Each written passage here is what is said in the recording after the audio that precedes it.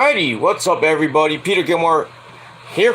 Finally back after a little bit of hiatus. Took a couple of days off to recharge the batteries.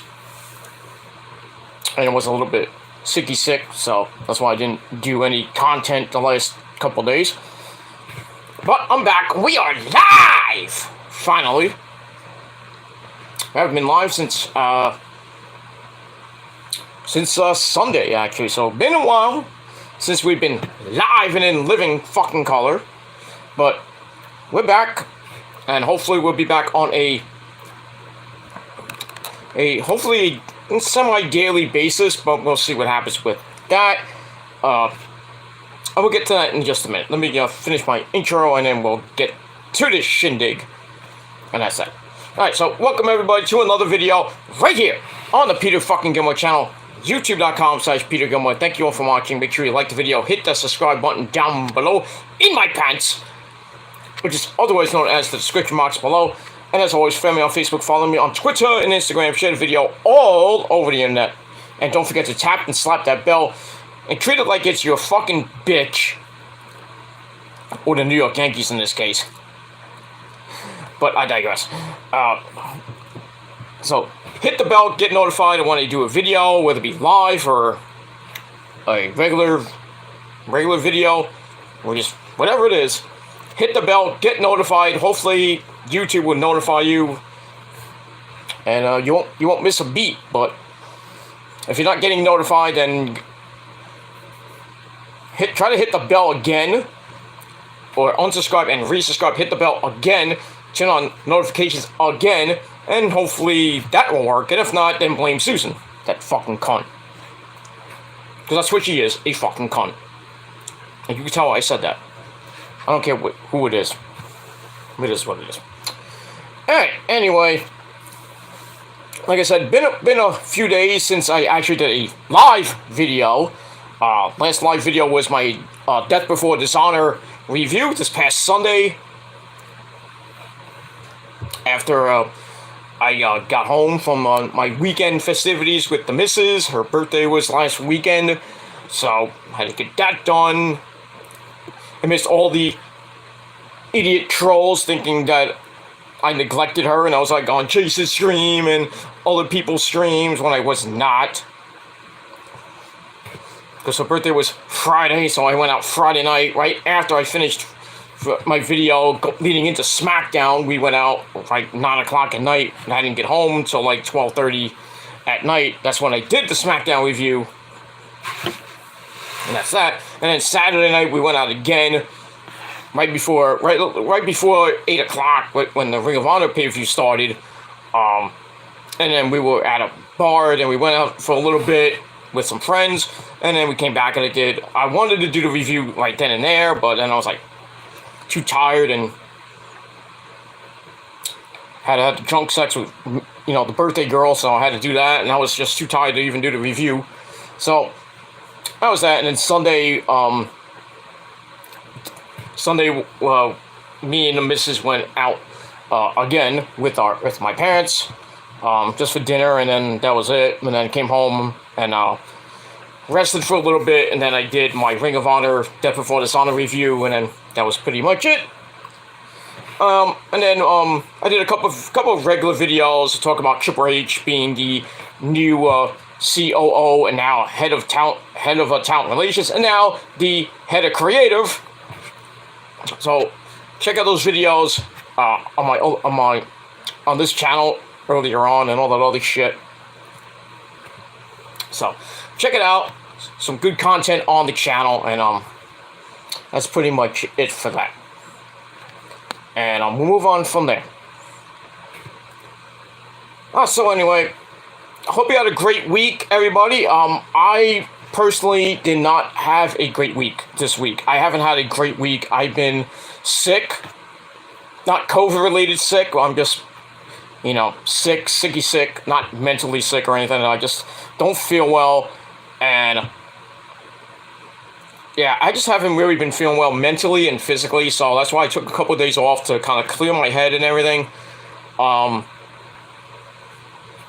Plus some some things happened during the week with my mom. She's been really sick over the weekend. And then she went to the heart doctor yesterday. She's been dealing with a lot of allergies lately. And the last time she went to the heart doctor, the doctor checked her her lungs in her back near her kidney area, and didn't sound good.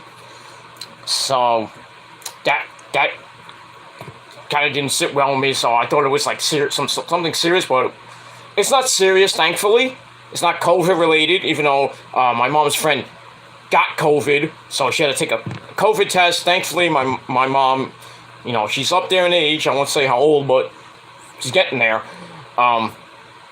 So she took a COVID test. Thankfully, it was negative. My dad was negative, so that was good. Rosa had to take one last week. Not this past week. Last week, about a week or so ago, because one of her friends got the COVID, but thankfully she's not doesn't have it, and as far as I know, I don't have it. I don't have any symptoms or anything, but it is what it is. I feel perfectly okay. Just I have a cough, I have a runny nose, and my anxiety's going up and down. So, but this weekend I see my psychiatrist, and hopefully I'm gonna get on some hopefully stronger medication to kind of not make me go loopy. But but it is what it is, and that's pretty much it. Then I got hit with a blow today that the missus had to step out, and she went down to Florida for about a couple weeks. So yeah, I'm home alone today, which sucks. But I couldn't go with her because there's an emergency. So, and plus I couldn't get time off for my job. So I couldn't just let them know today. It's like, hey, I'm going to Florida. Can I get the time off? No, it was too late. So I'm stuck in good old Casa del Gilmore for about 15 and a half days. So 2 weeks. But the good thing is that she'll be back right away. It's not going to be a long thing. She's going to be right back, and then be back, back to normalcy here. But I do have to make an announcement that at the end of this month, I will be going away. My actual vacation will be coming up at the end of August. It's not where you think it's going to be, but everybody thinks, you're going to Florida, right? No, not going to Florida this time. Nope, not yet. But I am going to Florida, but it won't be in August. It'll be later this year. But you won't know when. But it is what it's not that you're going to even come to Florida and do anything. And it's not the area you think it is. I'll just say it's around, it's North Florida, but that's all I'm going to say about that. But that's later in the year. So, probably by Thanksgiving time, but we'll see what happens with that. But, yeah. But I will be going down south, not too far south, a couple hours away, the end of August, just for about a week, so it's near the end of August. So, when that time comes around, I will not be doing any live videos. I will try to get up some videos here and there. If I have a chance, maybe I'll do a live video. It depends on how the internet situation is down there, and if I can't get the internet, I'll try to get it on my 4G, but that's a stretch. So I'll do a couple of videos, maybe from outside of where I am. So we'll see what happens with that. But like I said, end of August, I will be incommunicado live videos wise. I will not be doing any reviews for Raw, NXT, Dynamite, Rampage, SmackDown. Will probably just be a really quick video. My thoughts, you understand? My thoughts. So I'll be doing that. Maybe I'll go live. I'll try to go live maybe once, maybe twice if I get bored. Just talk about some things in the world of professional wrestling and some football season's gonna be starting by not at the end of August, but the final week of preseason will be at the end of August, and I'll talk about a little bit about that. But when I come back, probably after Labor Day, I'm definitely doing a humongous football episode of the Shadows Lair. Get you ready for the 2022 football season. It's going to be pretty damn good, hopefully. We'll see with the Niners. But yeah, we got all that. Speaking of football, the Hall of Fame game is next Thursday. So, I think that game's on Fox or it's on NBC. I forget who's playing. I think the Titans are playing somebody. So, not that I'm probably going to watch most of it. I mean, it's Thursday night, so nothing really on. Besides Impact, so I might watch some of that game. And then if you're a Niners fan or a Giants fan or any type of fan, besides, the teams are facing on next Thursday in the Hall of Fame game, then you have to wait a week. So the real beginning of preseason starts August the 11th. So we got that. The Jets, the Giants will be in action. The Niners face the Packers. Week 1? Really? Whoever made the preseason schedule needs to be fucking shot. Jesus Christ. Week 1, freaking Rodgers against Trey Lance. Not that they're going to play much. It's preseason. I could care less what happens. The Niners could get blown the fuck out. Doesn't count. I could care less if they get blown out 40-0. I don't care. It's preseason. I don't give shits about fucking preseason football. All I care about is September the 11th in Chicago, the real start of the season, when the Niners go to Soldier Field and beat the fucking hell out of the Bears. That's all I care about. The annual Jets-Giants game is at the end of this month. August, I should say. I think it's August the 26th or 20, somewhere like, I think the 27th. No, not the 27th. Somewhere near the end of August, let's just say that. So, yeah, that should be a very great game. But who gives a fuck about the Giants and Jets? But it is what it is. But yeah. But after Labor Day, I will be doing a humongous NFL 2022 preview. I'm getting my book, which I usually get, like, 1 second. And there she is. The missus just texted me. She's in that great Sunshine State. So. Well, she landed hours ago. She just, telling me she's okay. But anyway. So, as always, I get one of these a year. So this is the baseball book I already have.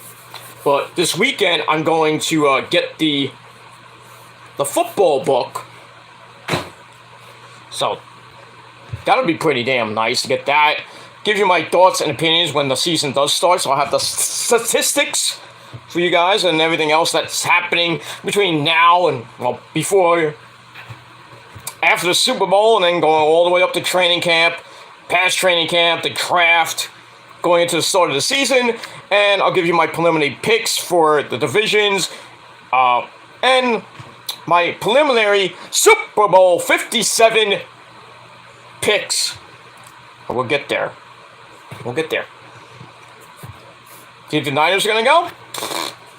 We'll see. I already have my picks, and I already talked about it with a few people. Not the picks you thought I would do. You would think I'll be biased and say, hey, the Niners are going to go to the Super Bowl, right? You might be wrong. Because the Rams look pretty damn good again this year. Got a lot of good people. Even the Niners got some people, not great. At least they got rid of Jimmy G, that piece of shit. He came to camp 2 days ago. What are you doing here? Get out of here. I don't want you.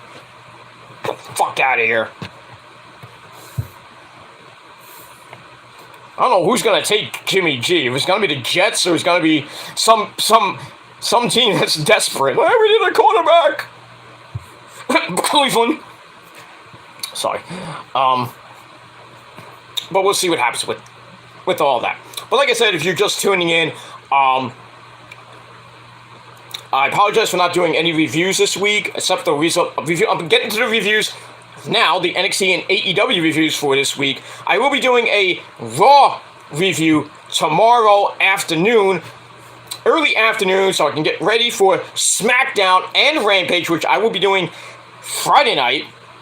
And then Saturday, early afternoon, I'll be doing my SummerSlam predictions. Gonna be an interesting SummerSlam this year. Be doing that, and then I'll be Saturday night. I will be on Chase's panel. Well, not panel. I'll be on somewhere probably in the chat or maybe on the panel, depending on how I feel. Watching SummerSlam, and then I'll do the review probably on Sunday before I have some errands to run Sunday. So I'll be doing SummerSlam review Sunday on the channel. So we'll get that. And then next week, full slate of reviews, content, good shit to start the month of August. And that's it. And once again, end of August, I will be incommunicado. I will be away. Be going on a little bit of a week-long vacation down south. Not Florida, but down south. But it is... Let me just check something. Okay. Sorry about that. Alright, there we go. Alright, so we'll see what happens with that. But like I said, end of August, I will be away for a little over a week. But I'll try to get as much content as I possibly can within that week or so I'm off. But I'll say this, I will hopefully be back before the start of Labor Day weekend. So that's going to be an interesting, very interesting weekend. We got Clash of the Castle coming up, All Out 4, and a rumored NXT pay-per-view. The same fucking day as All Out. I'm like, that's stupid. That's really stupid for the WWE to do that. Why would you have an NXT pay-per-view on the same fucking day as All Out? You think anybody's gonna watch that pay-per-view? No. I mean, they did that during WrestleMania weekend, but that was kind of dumb. But people got through it. But I don't think the WWE is gonna be that dumb and do it Labor Day weekend during All Out when people are gonna be watching All Out, not gonna be watching NXT. They might, but I think it'd be too tired from Clash at the Castle the day before. Pay-per-view ends like at 7 o'clock here in the States because it's overseas, because it'll start at 8 o'clock UK time. So it is just, it's just going to be an interesting Labor Day weekend. And going into Raw on Labor Day, that's that. But we'll move on from there. But a lot of things coming up next month. But we'll get through it. As long as you stay with me, hit that bell to get notified. So if you miss out, I can't help you. That's it. Alright, got 2 people in the chat. I know one of them is probably a troll watching my sexy ass. Just that's what they do. They love how my dick tastes. And I guess they missed my big long schlong. Hey, that rhymes. And my milk. They love the vitamin D. They missed it. So I'm here to please. Alright, anyway, we'll move on. Alright, let's get to the chat before we get to the reviews for NXT and Dynamite. And that's it. And hopefully, probably at the end of this video, I'll try to get the ratings. I do got the Raw rating. Raw did 1.9. Wow. A 1.9 for a show that it was the supposed first show of the Hunter era. Because now he's head of creative. The show had nothing really related to Hunter. I mean, it was a show, but still. It's not going to be, like I said on my Hunter video when I announced that he was the head of creative, it's not going to be Like he's gonna be right away. I mean, SummerSlam is really the start of the Hunter, Stephanie, Nick Khan era. Because there's gonna be humongous changes at SummerSlam. Lots of surprises. And we'll get to that later. Well, probably tomorrow. But we'll see what happens with that. But it's going to be interesting. Like I said, Raw surprisingly did a 1.9. I got to find NXT's ratings, and I got to find... I don't know if Dynamite's ratings came out, but... I mean, Dynamite last night was awesome. Not you, Mike. Not you. Yeah, but you say my name. How come every time I say awesome, you're around? Because I'm awesome. Oh, that's true. Alright, go away. I can't get rid of him. I don't know how. You bastard. You know, I saw a video about you, Mike. You came out as, you know, you were doing that fat chick thriller gimmick. No, that was pretty damn nice, man. I missed that gimmick. You been hanging out with any fat chicks lately? Yeah, they always come out to the bar. They're always trying to get with me, but I don't want them. Why? I'm just not into fat chicks anymore. That's interesting. Well, yeah, I mean, you had, you know, Mae Young. She's kind of fat. You know, Fabulous Moolah's kind of fat. Who you been hanging out with lately? I mean, besides, well, you had, you know, Matilda the Hun. She's fat. Who you been hanging out with? I mean, I'm just hanging out at the bar. You know, I'm not really doing anything. Well, I thought you were training. Don't you have a match with Jerome at All Out? We're supposed to be training for All Out here. I know. I'm just not feeling it myself lately. What's wrong? I don't know. I just don't know. Maybe it's just maybe I have the same problems with you guys. Yeah. It's one of those weeks there, Mike. Don't worry, this weekend we're gonna have a ball. Prince invited us to the Palace of Wisdom. We're gonna have a ball. Lots of girls with the big tatas coming out. We're gonna have a ball, Mike. Maybe Nick will be there. I don't know. You know, maybe you're gonna have to talk to your boy Nick. Yeah, I gotta talk to that bastard. I haven't seen him in a while. Like, last week I saw him, but you know, he didn't say nothing to me. Prick. But yeah, but we'll probably see him at the Palace of Wisdom this weekend. We'll have a good time. You put some fucking people through the some fucking flaming tables, some glass tables. I'll make sure Masato Tanaka doesn't come. Don't worry about that. I hate that guy. Okay, I know. I know you hate him. I will keep him away. I'll make sure security keeps him away. But you have fun. And, you know, don't drink too much because that's going on Prince's tab. You know, just have fun. And if anybody mess with you, you put them through a freaking table. Okay? And I'll help you out. Don't worry about it. I got your back, Mike. All right, Gilmore, thank you very much. All right, you go have a good show. And Prince. Hi, Prince. Hi, Lauren. Hi, Nick. Wherever you are, you bastard. Just remember, I'm awesome. Vote for me to Hall of Fame. Alright. By the way, Mike, what do you think about Vince McMahon retiring this past weekend? That guy never gave me a job. That guy, I'm glad he retired. He's lucky that I didn't stay in WWE when you had that whole invasion. You remember when I won the ECW Hardcore title? Yeah, I remember that.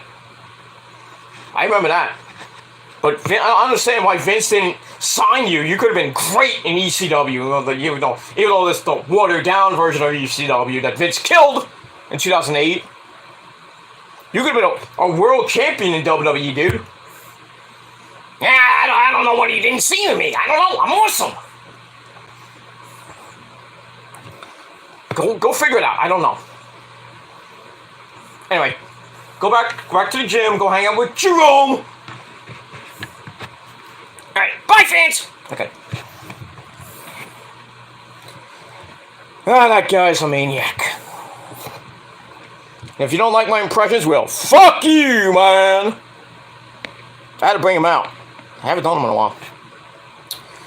Alright, move on. Alright, let's get to the chat. Let's not waste any time. Alright, so we got Will Rally Sport Rally, my good buddy from wherever he comes from.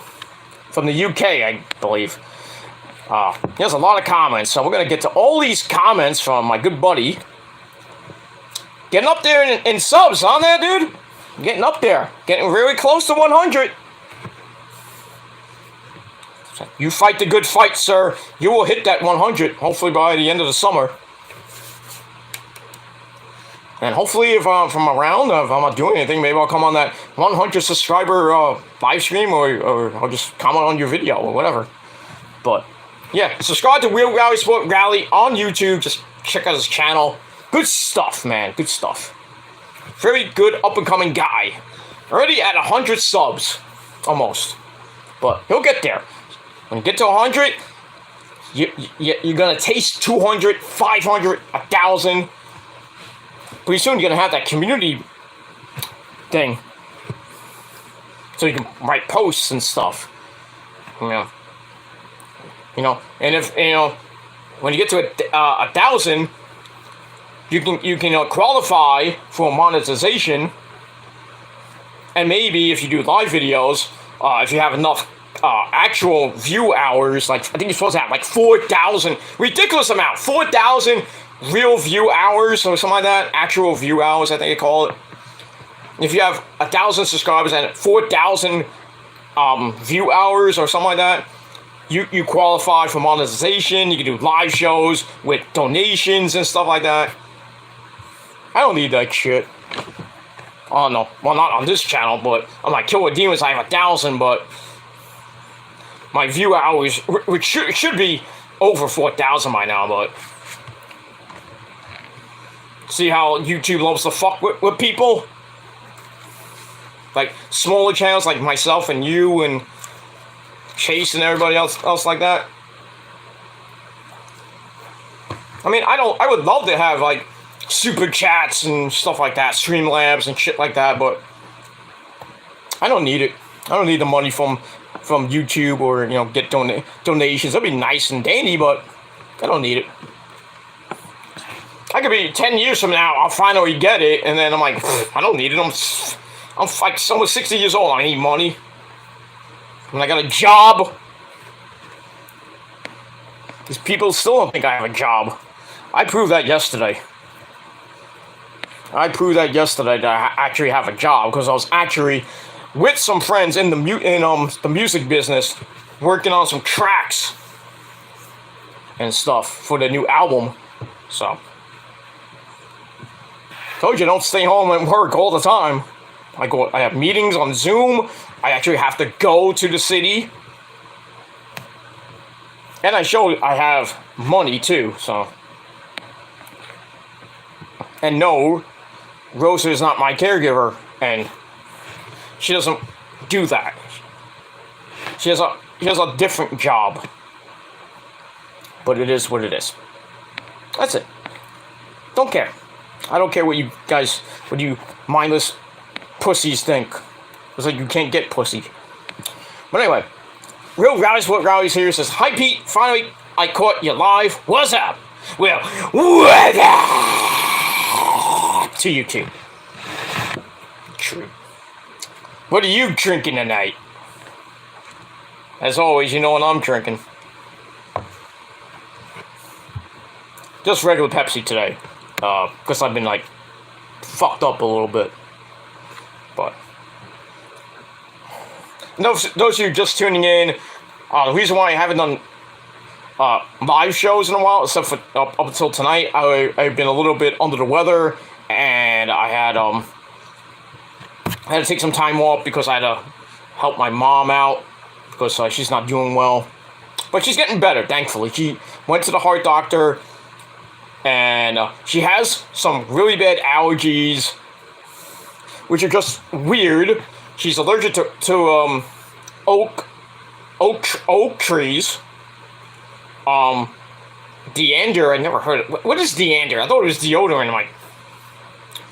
But Deander, I've never heard of that. She's allergic to her cat, well, my dad's cat, but she was never allergic to cats. And I've had cats since I was a little bitty hoaxer dude. Now she's allergic to cats. And now she's allergic to rugs. And actually, I don't know what she's gonna do with the rugs. She might have to rip all the rugs out of the house, out of her house, or clean them. And I guess have to stay away from my dad's cat for a while. But now she's on an inhaler because she's having a little bit of breathing problems. Not asthma, thankfully, but she's just having a hard time breathing because she's up there in age, you know. Not COVID, thankfully, but just her breathing's not that great at the moment. But it's curable, and it's nothing serious, thank the Lord. So, no, cause I don't want that to be serious, and then you'll never hit an end of me. But it is what it is. Because when you lose your when I lose my parents, I probably won't be on here much at all. I'll probably retire. But you know, I probably won't be for another 5, maybe at most 15 years. Hopefully more than 5, but we'll see. And I'm probably gonna be moving away in about 5, close to 5, maybe 7, 10 years. I'll be moving down south to Florida. What part you won't know.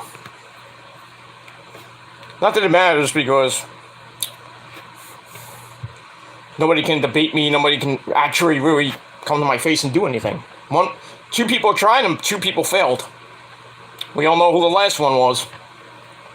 Failed miserably. Took his ball and went to that shithole in that state. That's it. Stupid Yankee fan. Go back to your fucking country. Not country. Go back to your fucking state and suck dick, you dolphin. But I digress. But yeah, that's all basically what's going on with me. What's going on with you there, Real Guys Sport Rag? What's going on? Sorry to hear that. Yeah, it's not a good thing when you hear like your parents are not feeling well. Both my parents haven't been feeling well. My dad's doing a little bit better, thankfully. My mom is just, she's on the mend, which is great. She sounds in good spirits. I saw her on Sunday. She was a little bit sick, but now she's getting much better. So I will see her this weekend, just for dinner, and just to hang out. And that's pretty much it. We move on. A lot of people got COVID in UK still around, isn't it? Yeah. BA.5, the BA variants are out now. It's Omicron, like the subvariants of Omicron, still going around. You still gotta wear your mask in certain countries. You gotta still abide by the law. I mean, when I go out, if I go on the bus or I go on the train or in a restaurant or supermarket, I put my mask on because I don't want to, I want to be safe. I know some places that people go in, no mask, nothing. Because I think certain places got rid of the mask rule, which I think is stupid, but hey, it's your life. You want to be around people and who don't wear masks and stuff. Especially like a concert or a ball game. There's a lot of people in now, like 35,000 people sitting next to you. One of them might have it. Who knows? But I try to stay as safe as I can. So I always mask up when I go on the bus and the train and in different stores, because I don't want to get it. I don't want to get it to the point I'm sick like a dog.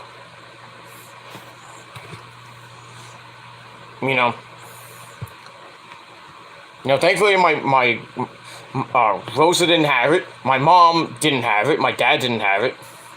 But now my stepdaughter had it. She's just coming off the quarantine with our grandson. That's why she had a emergency fly down there, because they're still not feeling well. But and we need to take care of the grandson. I couldn't go because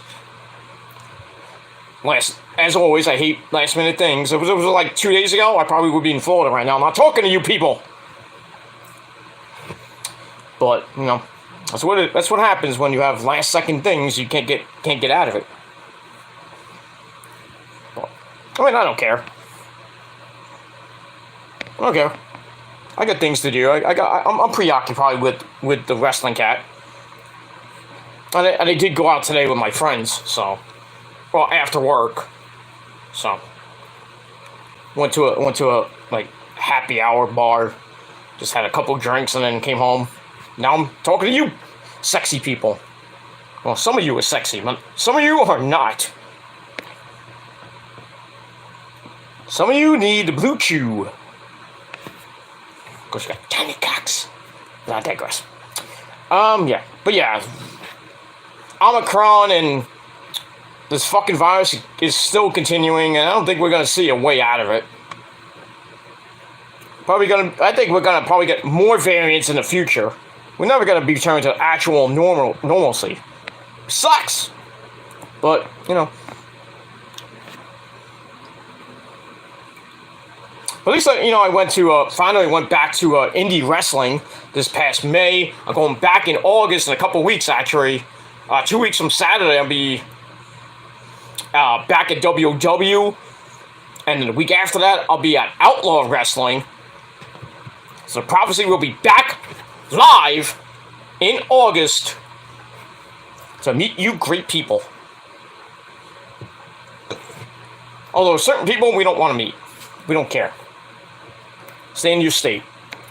But we'll move on from that. But we're gonna watch some indie wrestling. Meet some good people like Scotty Too Hottie and who else is gonna be at that Outlaw show? Homicide, of course. Black! You know. He's the champ, of course. He has to be there.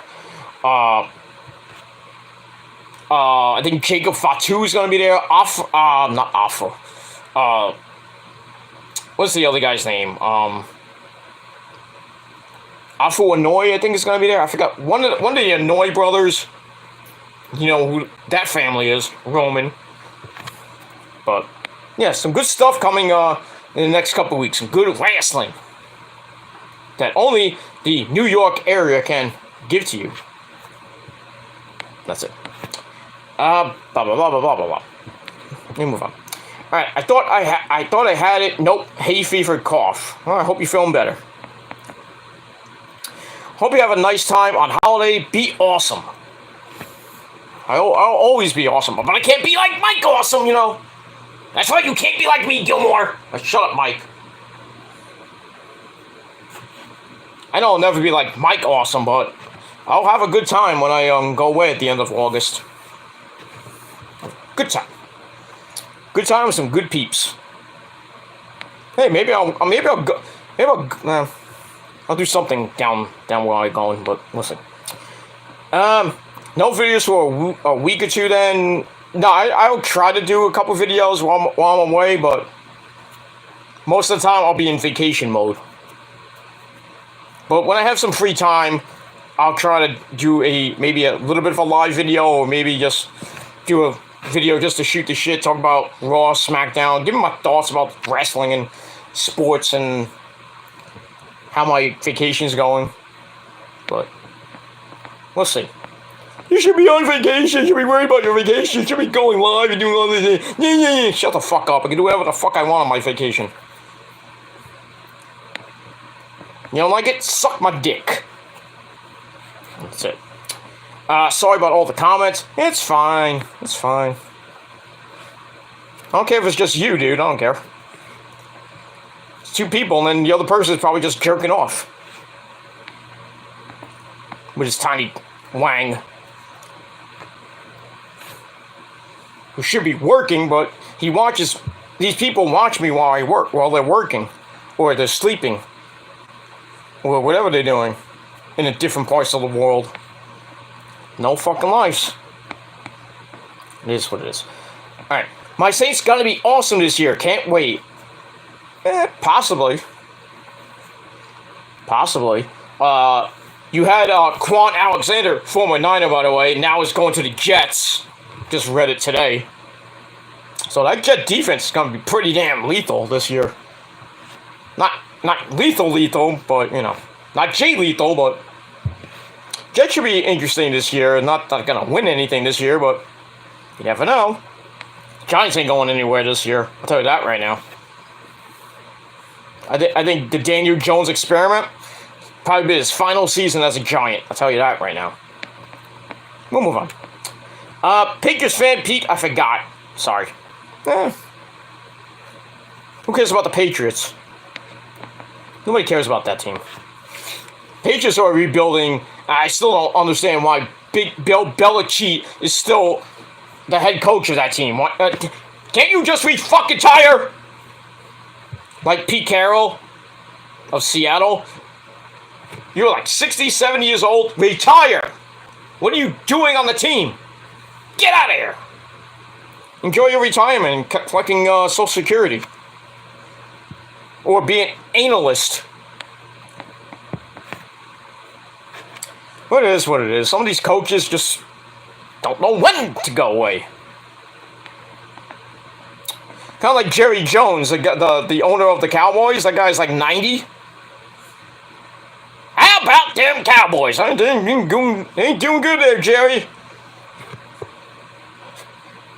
Especially last year when you lost to the Niners.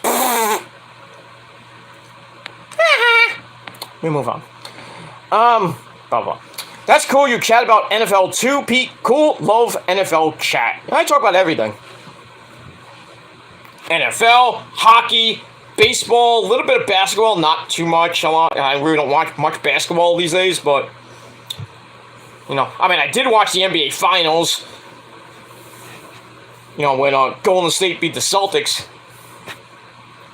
I am a Celtics fan, but I was rooting for Golden State, money-wise, but if the Celtics would have won, I've been happy. I'm not going to go ecstatic, But it is what it is. I think the Celtics will be back. They might be getting Kevin Durant. That'll be great for that team. Which looks like the Brooklyn Nets are just falling apart. What else is new? The Knicks are getting a couple of good people. Not that it matters. Just the Knicks still suck. They'll never win a championship as long as Michael Jordan is alive. And they got a shitty owner like Dolan. But it is what it is. Yeah, but I talk about a lot of shit. Different sports. Music. Definitely talk a lot about music. Some various topics, like, in the world, like politics, stuff like that. I change it up a little bit. I'm not all about wrestling. That's why I change it up. People like it. And if you don't, get out of here. It is what it is. Okay. Yeah, we'll get to the reviews in just a minute. I just want to acknowledge my chat, if you will.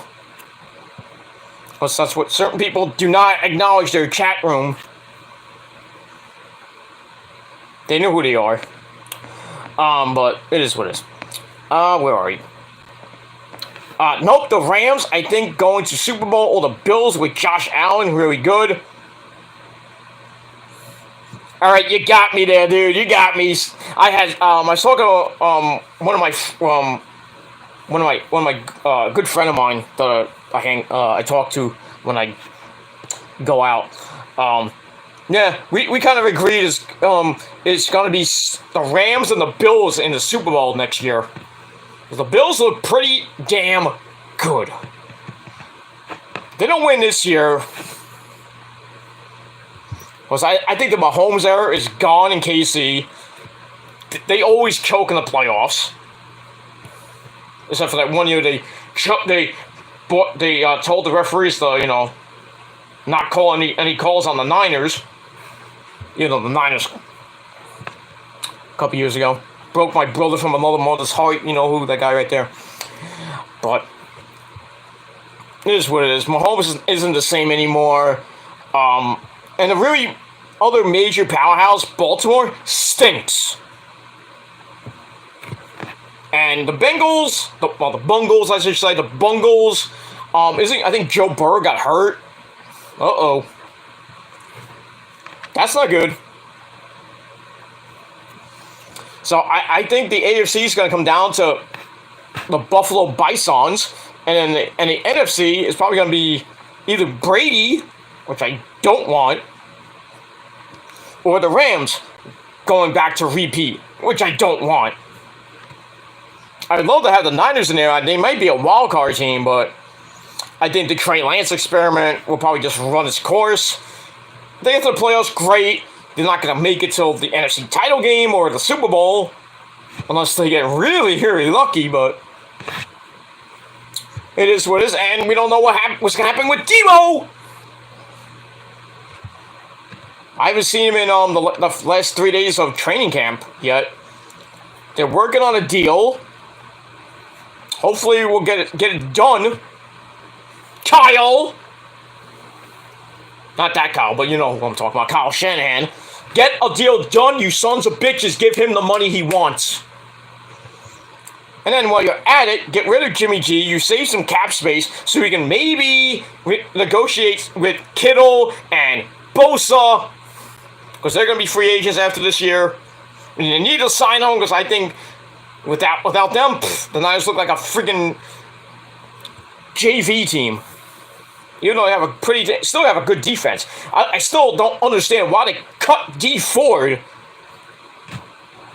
18 games into his I think he got a new contract, and they cut him? Why? Makes no sense. He's one of our big defenders. Why did you cut him? Kyle! Kyle, you son of a bitch! Calm down there, Cartman.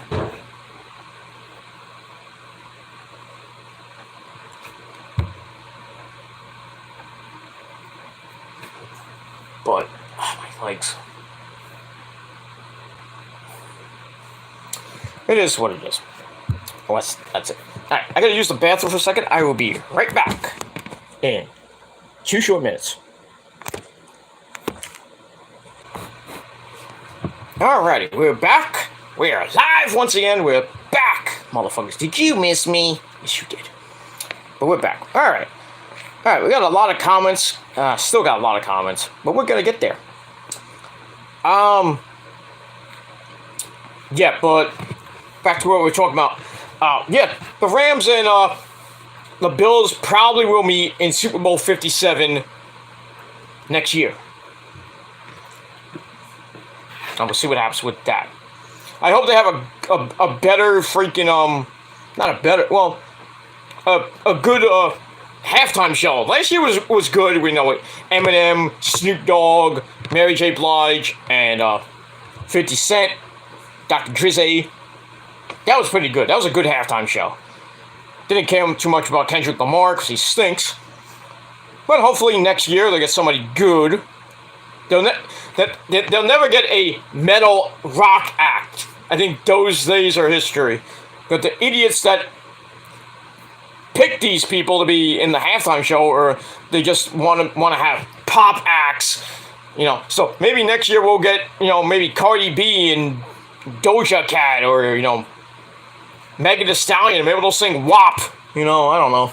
That would be great for the Super Bowl, right? You'll be hearing wet ass pussy. That's not nice.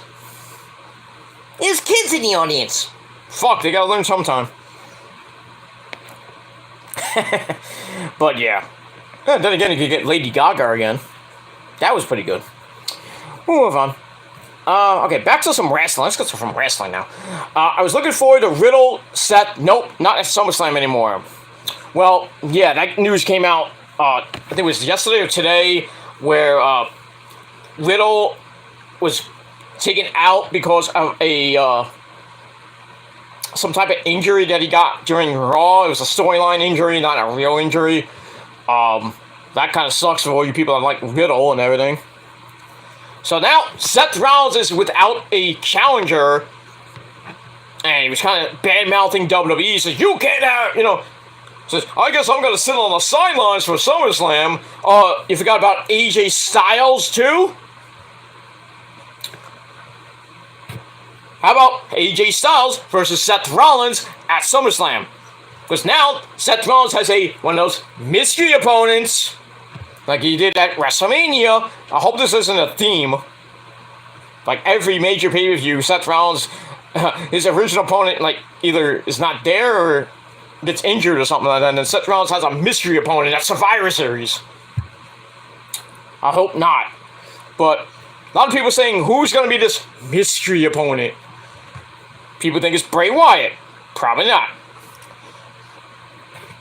People think it might be Johnny Gargano. Possibly. Killer Cross. Possibly. Not out of the question, but possibly. What else could it be? I don't know.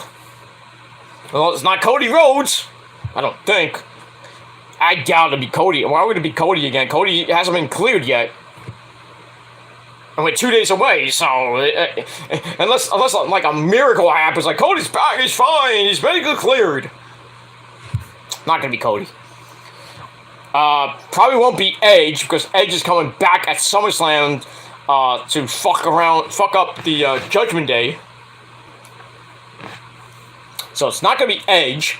So I think the possibilities are Killer Cross, Johnny Gargano, maybe somebody from NXT like a Braun Breaker, or I don't know who, or AJ. But I doubt it's gonna be AJ. So that'll suck. A major pay-per-view, you don't have the phenomenal one there? Come on. So, but if I had to put money on it, I'd probably put my money on Gargano, maybe. But then again, it's Hunter. He just sacks somebody from AEW. He's like, hey, get over here. Not that there's any major people coming that have been released from AEW. Not gonna be MJF. That's for damn sure ain't gonna be MJF. We'll see Seth Rollins versus Alan Angels. Yeah, that'd be great. But it is what it is. I don't know who it's gonna be. I personally think it might be Gargano. I mean, he is training. If you saw his Instagram stories, he's training, so it could be Gargano. Could be somebody we don't know. But we'll move on from there. That is stupid. That is stupid. Same day as All Out. No one gonna watch that NXT pay-per-view. Probably not.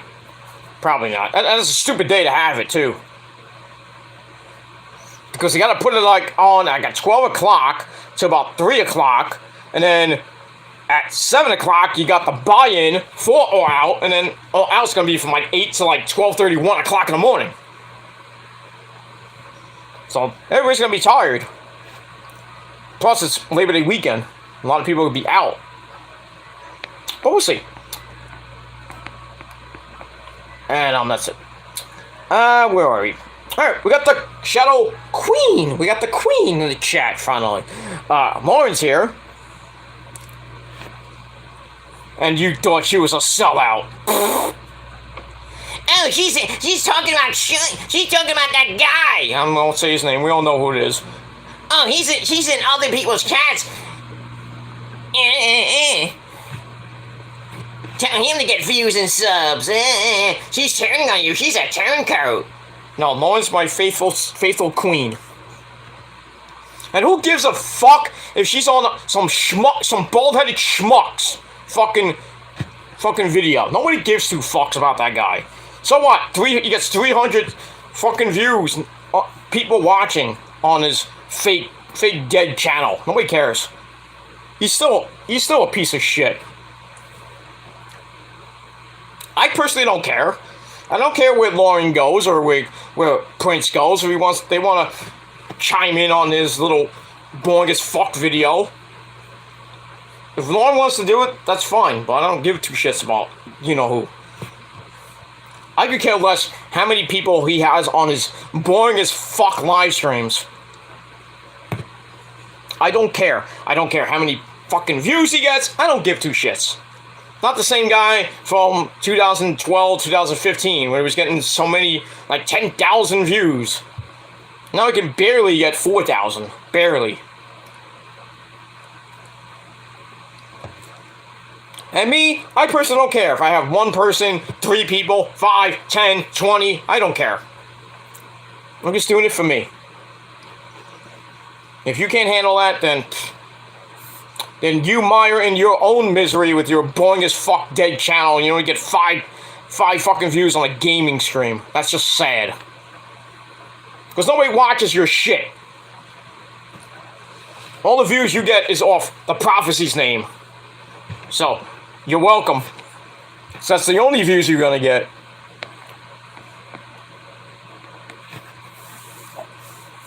Get it off our name, but when you do other videos not even related to our name, you don't put our names in the title or you talk about us, you're not gonna get many views.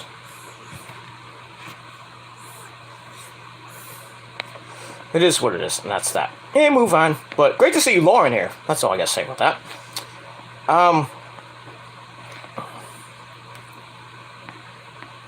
Where are we? Oh yeah. Lauren says Saints aren't the same when Breeze was there. That's true.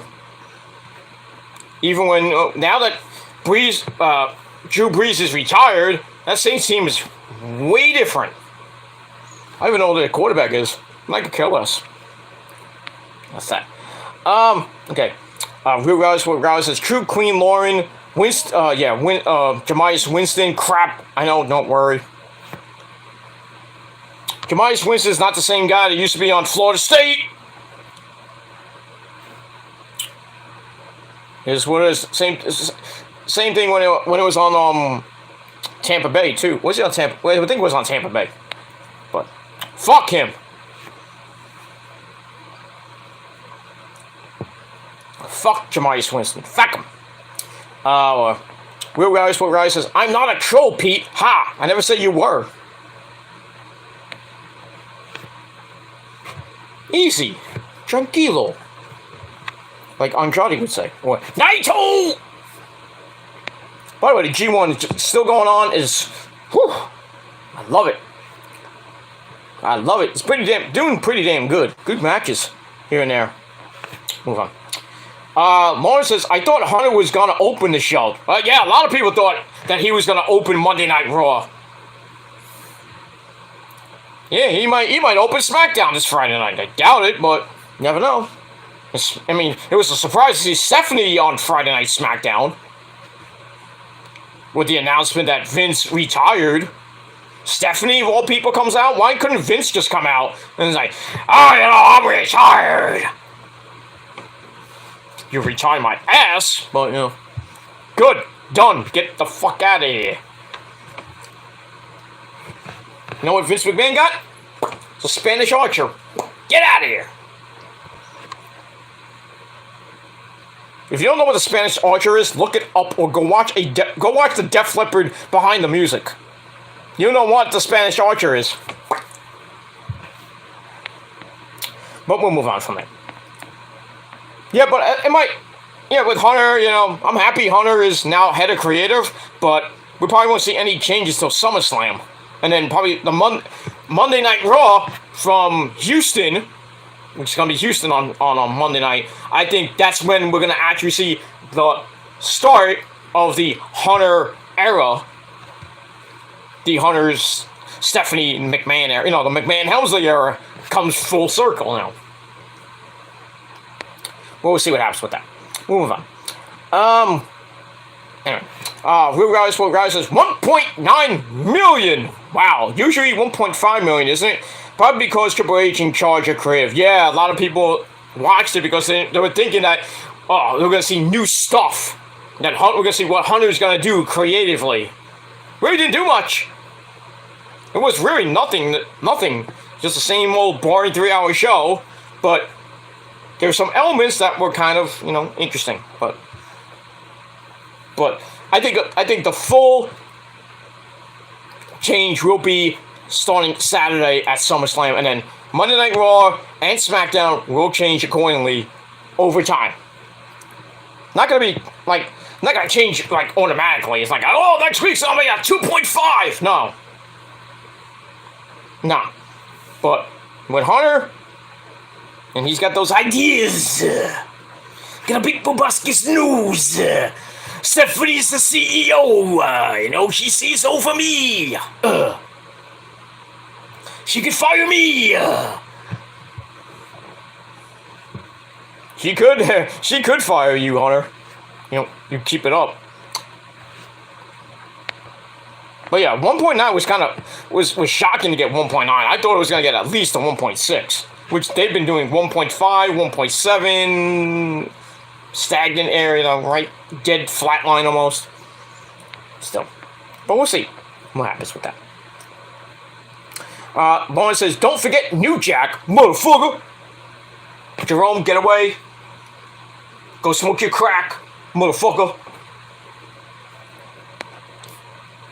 Yeah, can't forget New Jack. Anyway, Will Ellsworth says, Mae Young, ha, she was great back in the day. Meh. She gave birth to her hand. And she got put through like 6,000 tables by Bully Ray.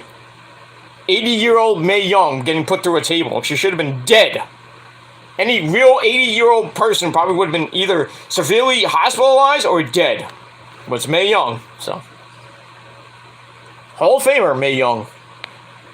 And, yeah, we had to see those saggy titties back in the day. Move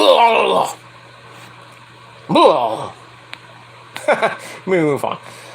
Isn't that Joey Janela foot on fire, couldn't put it out? That was a funny story. That was hilarious. That's fun. I met Joey Janela back in, even before, I think it was before that event, that actual thing happened. It was in May. I think when he did it was maybe a month later. The flaming super kick of doom. He couldn't even do it right. Joey. Yeah, but it was funny. His foot's on fire! Somebody get it out! Somebody get his foot on fire! I don't think Joey Janela will ever do that again in GCW. And yes, he's still with GCW. Go figure. We'll move on. But that was fun. That was funny. Mike Awesome was a wrestler back in the 90s. Is it that Mike Awesome wore pink trunks? I don't think Mike Awesome ever wore pink trunks. I know he was awesome back then. Mike, did you ever wear... Mike, get in here. What? What do you want? Somebody asked you if you ever wore pink trunks. Why would I wear a gay color like that? Well, you know, they asked if you wore pink trunks. This guy think I'm a fucking faggot? I said the word, okay? I don't give a shit. My show, I'm unscripted. And you be nice, don't say that word again. Oh, I'm sorry. I just, just blurted it out. Alright, be nice now.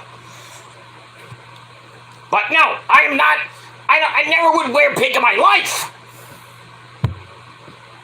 Or in heaven. Why would I wear pink? Pink's a color.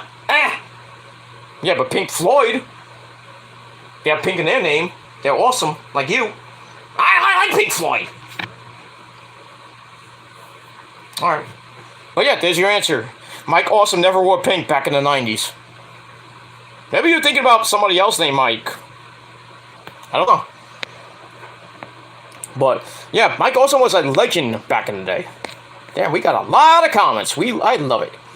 I love it. I love it. I love it. I want more of it. Hoorah! See, I get more comments than you motherfuckers get. We got a lot. We got to go way back in there. But, yeah, we're over an hour in and we haven't even done the review. But I don't care. It's my show. You don't like it? Tough. Okay. Then he says, sorry. No need to be sorry. Thanks, Pete. Hopefully this year, 100, wait and see. You're getting there. You're getting there. I hope by Labor Day you get 100. And beyond. And this what it is. 4,000 hours is a lot. I just do my channel as a side hobby because I've been ill of work 5 months, so bored. Yeah. Yeah, that's the same thing with me. I know I'll never hit 4,000 real-time views or whatever the fuck they call it. I've been on this fucking website 13 years. I don't want to get paid from this fucking website that's run by a fucking cunt like Susan. I don't need their money. I don't need YouTube's money or your hard-earned money if I ever get to the point where I get donations and shit. I don't need your money. I'm not going to e-beg for money like certain people we know do. Scam artists that they are. They're still begging for money. That's some people just, now they got things like Cash App and Bitcoin. People are just sending them to their Cash App. Hey, you want $50? Here, $50. Go out and get a meal tonight. You know, go to Burger King tonight and get a Whopper. Good. You know, I need more Blue Chew.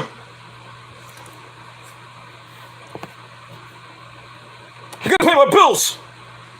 Because I don't have a job, because I sit at home all day doing nothing but reading WWE news and rumors. I go live 3 times a day because I have to be faithful to my subscribers. Because I suck. Gotta play with my monkey. Pretty much. But yeah, I mean, there's no way that anybody can get 4,000 real-time views unless you're actually really good. And you get that monetization, you get that ad revenue like they used to do. They should have never changed the monetization stuff.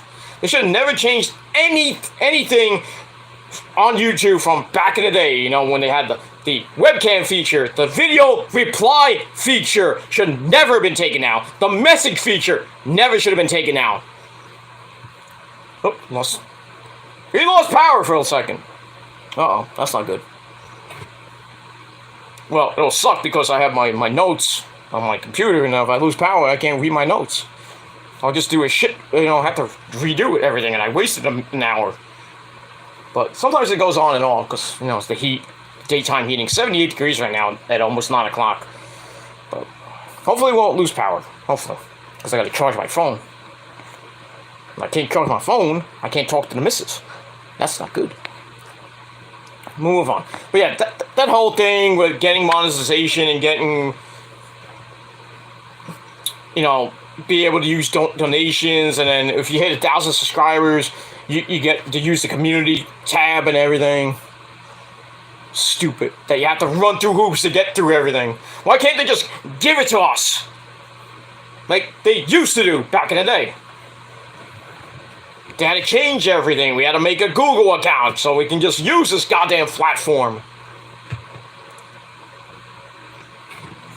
And now everybody's making fake as fuck Google accounts so they can have 6,000 fake accounts, brand their account, so they can have 6,000 more, like they can have 6,000 accounts on one fucking email. What's the point of that? Stupid. Just stupid. But it is what it is. I care less about the 4,000 hours that you have to get just so you can have monetization and live donations and stuff like that. Super chats and shit. I would love to have that someday, but do I need it? No. I don't need your money. I got my own job. It is what it is. Blackcurrant cordial I'm drinking, I don't drink. You say you don't drink. The next thing you know, you're in rehab. Well, you know what they tell you in rehab? Don't drink. Don't drink. That's what they tell all the rock stars. The next thing you know, they're out of rehab. They're like 8 to 12 months sober, 2, 3, 4, 10 years sober. You know, next thing you know, drink. Then they're back in rehab. Then they have the old people. They're back at the same rehab facility, and people are like, don't drink. I told you don't drink. Get back here. Shut up, old man. So, yeah. If you do it socially, that's fine. But if you do it in succession, then you need help. About that, guys. Alright, got my good buddy. I obviously know my tennis. That's a good guy from the UK. Got a lot of UK people. The good people from the UK. The other people that live in the UK, fuck you! Go smoke some meth. And you could fall off the face of the earth for all I care. It's what it is. Hey Peter, haven't spoke to you in a little while. Hope you're doing well, my friend. Only now catching your video. That's okay.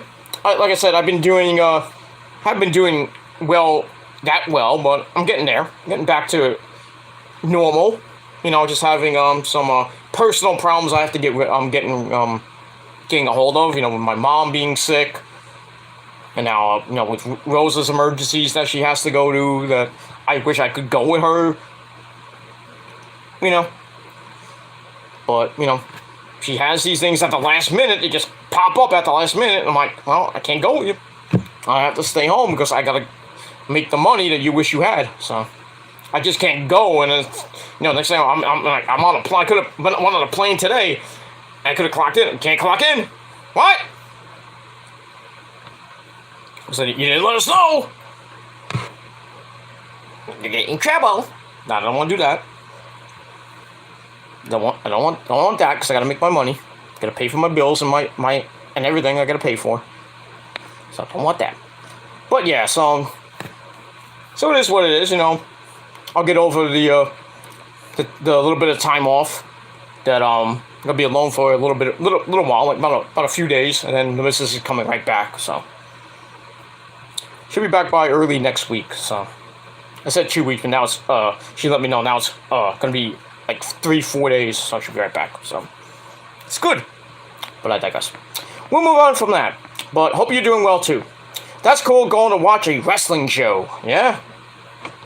2 weeks from now, I'm going to WOW to see Warriors of Wrestling Hit the Lights.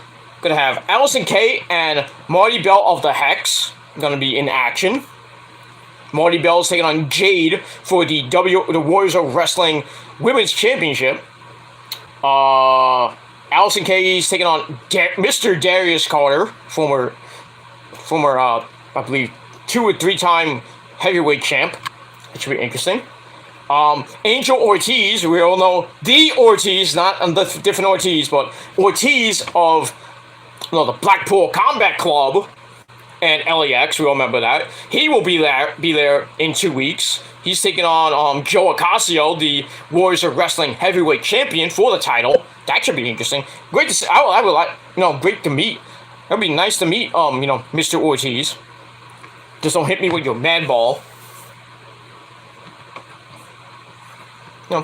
Talk about Eddie Guerrero, he's a better. Talk about all that good shit with Ortiz. Maybe take a picture. Maybe we'll join the prophecy. I don't know. Hey, you never know. Maybe we'll get more female members. Maybe we'll get Allison Kay. Maybe we'll get Jade. Maybe we'll get Marty Bell. Or maybe we'll just get some random females coming in. We need more female members. We only got 3. There goes the light bulb again. You know what that means? There's probably going to be a blackout tonight. I hope not. So I gotta get this done really quickly because God forbid I lose power. That would be bad. So let's get through this, and we got a lot. We got a ton of comments.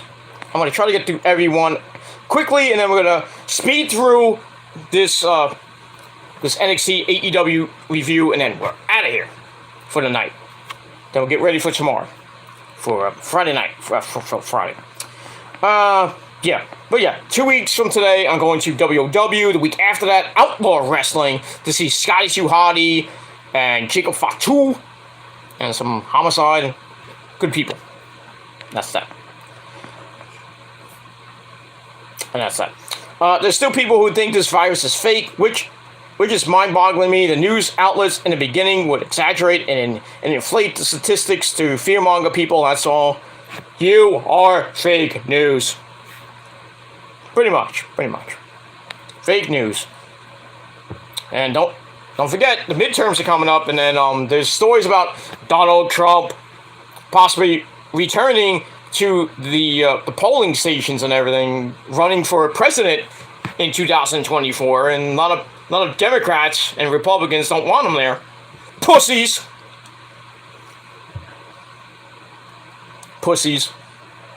And then that witch Pelosi wants to go to China because Biden and the Chinese Prime Minister were talking today, and then Pelosi wants to go there because she wants to make things even worse between China and the U.S. And Biden, Sleepy Joe Biden wants wants the, tensions to kind of ease between the United States and China, especially with Taiwan and everything. I heard this morning on CNN. I'm like, pfft. What else is new? China's good friends with Russia, who is still bombarding the Ukraine. Those great people in the Ukraine, And then we just stick our fucking foot in our mouth and just stick our fucking nose in everything, and next thing we know, war. Just stay out of it and let them fuck around. Find out what happens. I know we're NATO and everything. We have to protect the peace. Yeah, but you're killing innocent people, so those hard-working men and women of the armed forces. That's what it is. Yeah. Obviously, Dynamite says, "Hey, I'm that other viewer, probably." I think it goes up between 2 and 3 now, but it's fine. It's fine. As long as it's a steady tube, it's fine. I don't care if it's 2, 3, 4, 5, 10, 20, 300. Just doing it for me.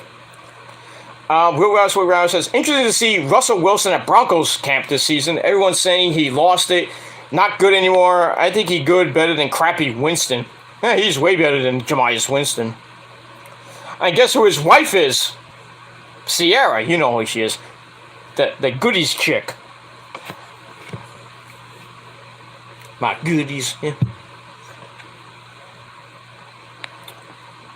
Well, he's got a good life. That's it. But I don't even think Russell Wilson can resurrect the Broncos franchise. But you never know. That's that. Thanks for reading chat. Some people on YouTube, no names, completely ignore the chat. It's so annoying. If you can't interact with your chat, then why even have a live stream? That's bottom line. That's like live stream 101. Interact with your chat. I learned that from Joe Cronin. I learned that from JD, or Gady, what we call him now. I learned that from a lot of people. Interact with your chat. Especially when you do YouTube Live, back in the day when they were doing Google Hangouts and all that crap. You can't acknowledge your chat, then don't do live videos. It is what it is. It's that. Okay, you went for 3 seconds. Weird. I didn't go for 3 seconds. I ran to the bathroom. The bathroom was like two steps away from me. You saying I went too quick? I don't go too quick. Especially in the bedroom. I'm not a one-pump man as some people think I am. No, I go all night long. And it doesn't take 5 minutes to, for one shot.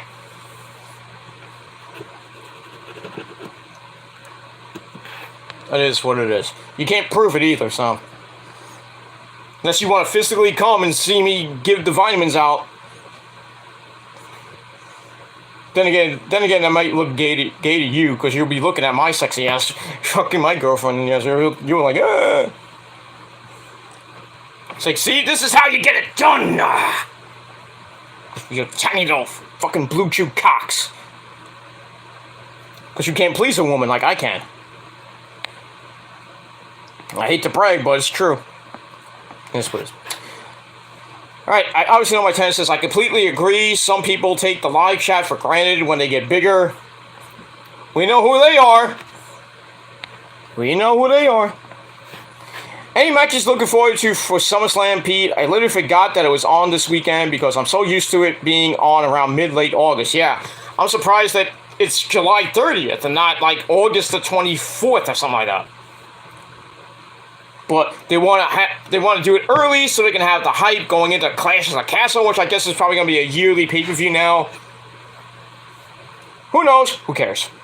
Matches I'm looking forward to, besides Brock and Roman, not really. No, I'm not really looking forward to this card. I mean, it's not really that good. Even with Hunter as creative, and I know there's going to be changes and surprises. So, I mean, now it's actually going to be watchable. But the only match I'm actually care about is Roman and Brock, and we all know who's gonna win that. If you say Brock, I'm gonna punch you. Because Brock ain't gonna win. I don't care if Roman's gonna go away, do some movies for a while and take some time off. And as much as people want the belts to be taken off Roman, not gonna be happening anytime soon. He's already hit 700 plus days as champ. But by the end of August, he will hit 2+ years as champ. He already beat Pedro Morales' record. Good night to that. Now he's starting on the road to Hogan's record. Remember when Hogan held it for 5 straight years? 5? Are you kidding me? 5. Crazy. Brother. But it is what it is. Yeah, I obviously know my 10 is true, so again, thanks, Pete. You're welcome. Ignore them people, man. They're not worth it, so don't let them get to you, bro. Like I said, I don't care what they say. If they want to do 600 more videos about me, I don't care, because I know they're watching my live videos and they're watching my regular videos, because they have no fucking lives.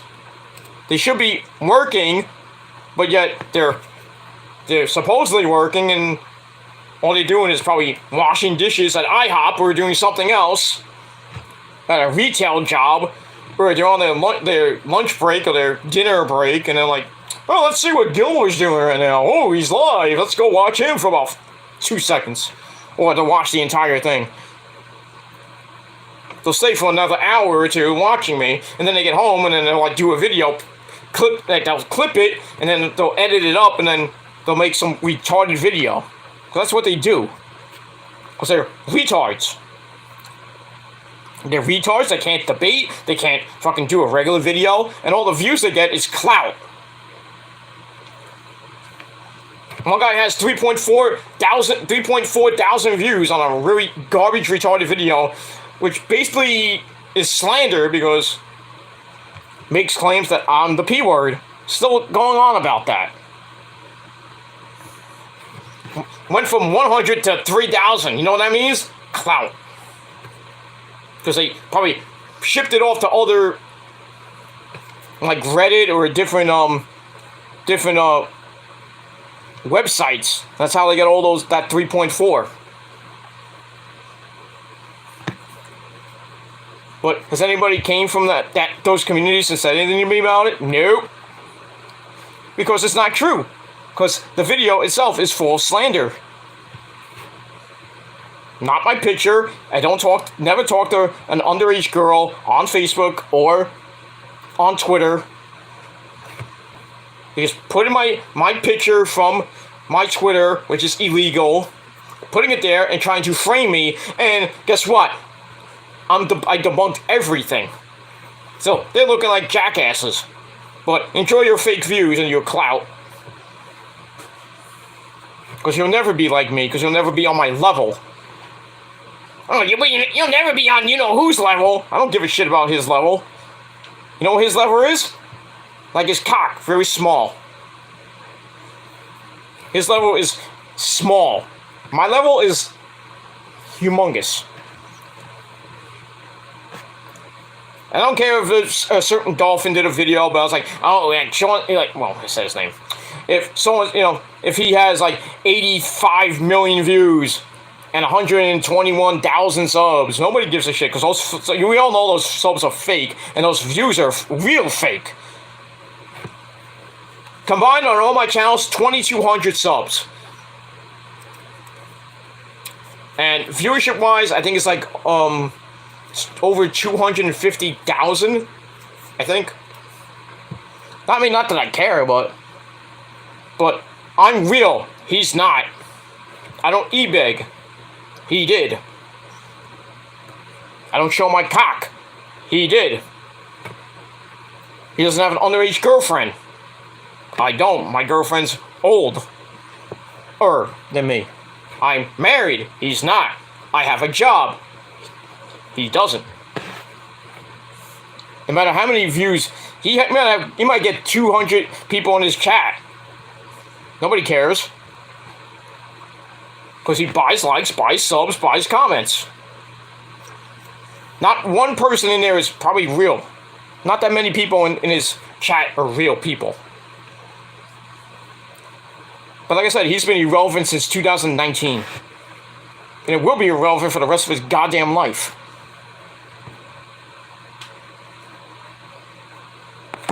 And then, I'll tell you right now, when his old as fuck parents pass away, he's gonna be e-begging for money. I need money because my parents are dead. You know? I'm not being mean about that, but I'm just, it's just true. It's just true life facts. But like I said, I don't care about YouTube. I really don't. I'm just doing this for me. And it's like, you can't take constructive criticism. I don't give two shits. I don't give two shits. It's like, oh, you can bully people and this and that. First of all, I don't bully people. I don't instigate.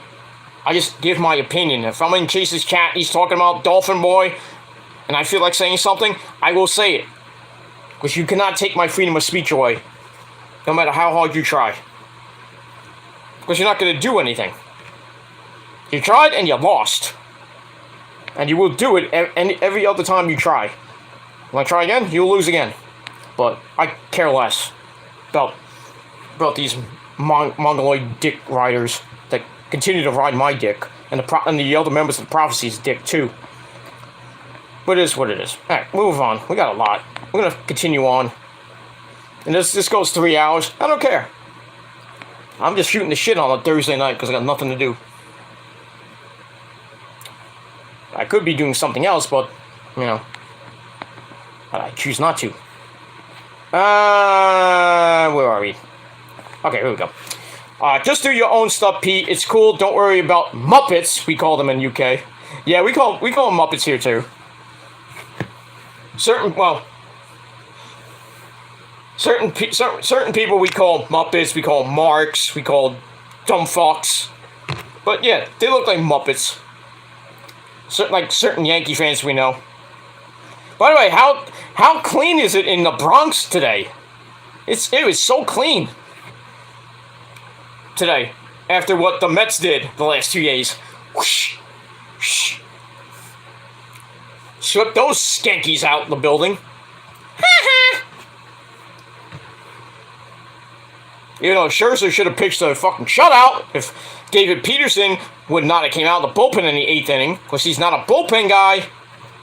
I know we're going to need him when DeGrom comes back. We need a spot starter for those doubleheader games coming up, especially against the Braves next weekend. I'd rather just ship him out. Get him the fuck out. Get some bullpen help. We need bullpen help. Just lost, another guy went on the IL. Drew Smith just went on the IL. What else is new? And the only move that the Mets got was that big fat man named Vogelbach, who's a big fan favorite now. So he's a big fat dude, but man, he can run. Holy shit! You could be 300 pounds. You could be fat, but you could still run a 4.4 in about 2 seconds. And you said fat people can't run. Some fat people do. They're pretty athletic people. But others, they can't. It is what it is. I always use that word to describe idiots. Haha, I'm from the UK as well. Well, that's good. I'll be back in a minute, okay? We'll see your way out. True Pete SummerSlam onwards, it will be Triple H creative. Gonna be some good stuff, hopefully.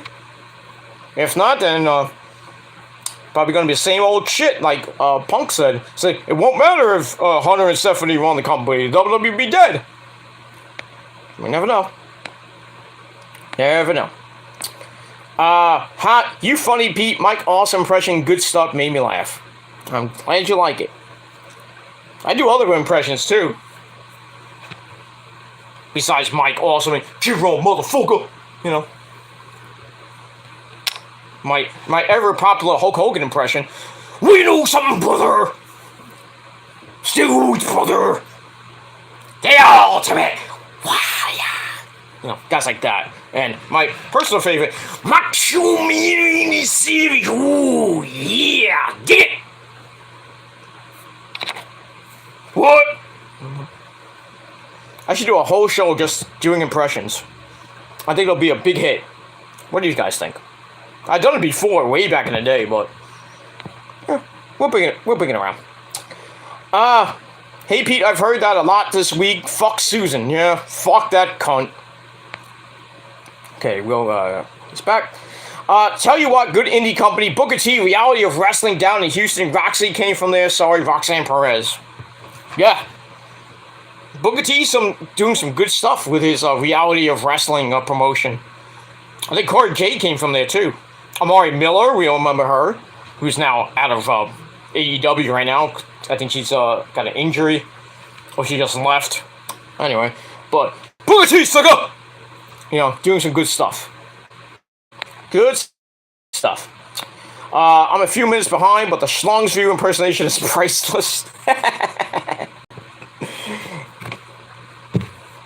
I mean, it's not great like JD does it, or anybody else who can do it, but I do a pretty good impression of Schlong's View.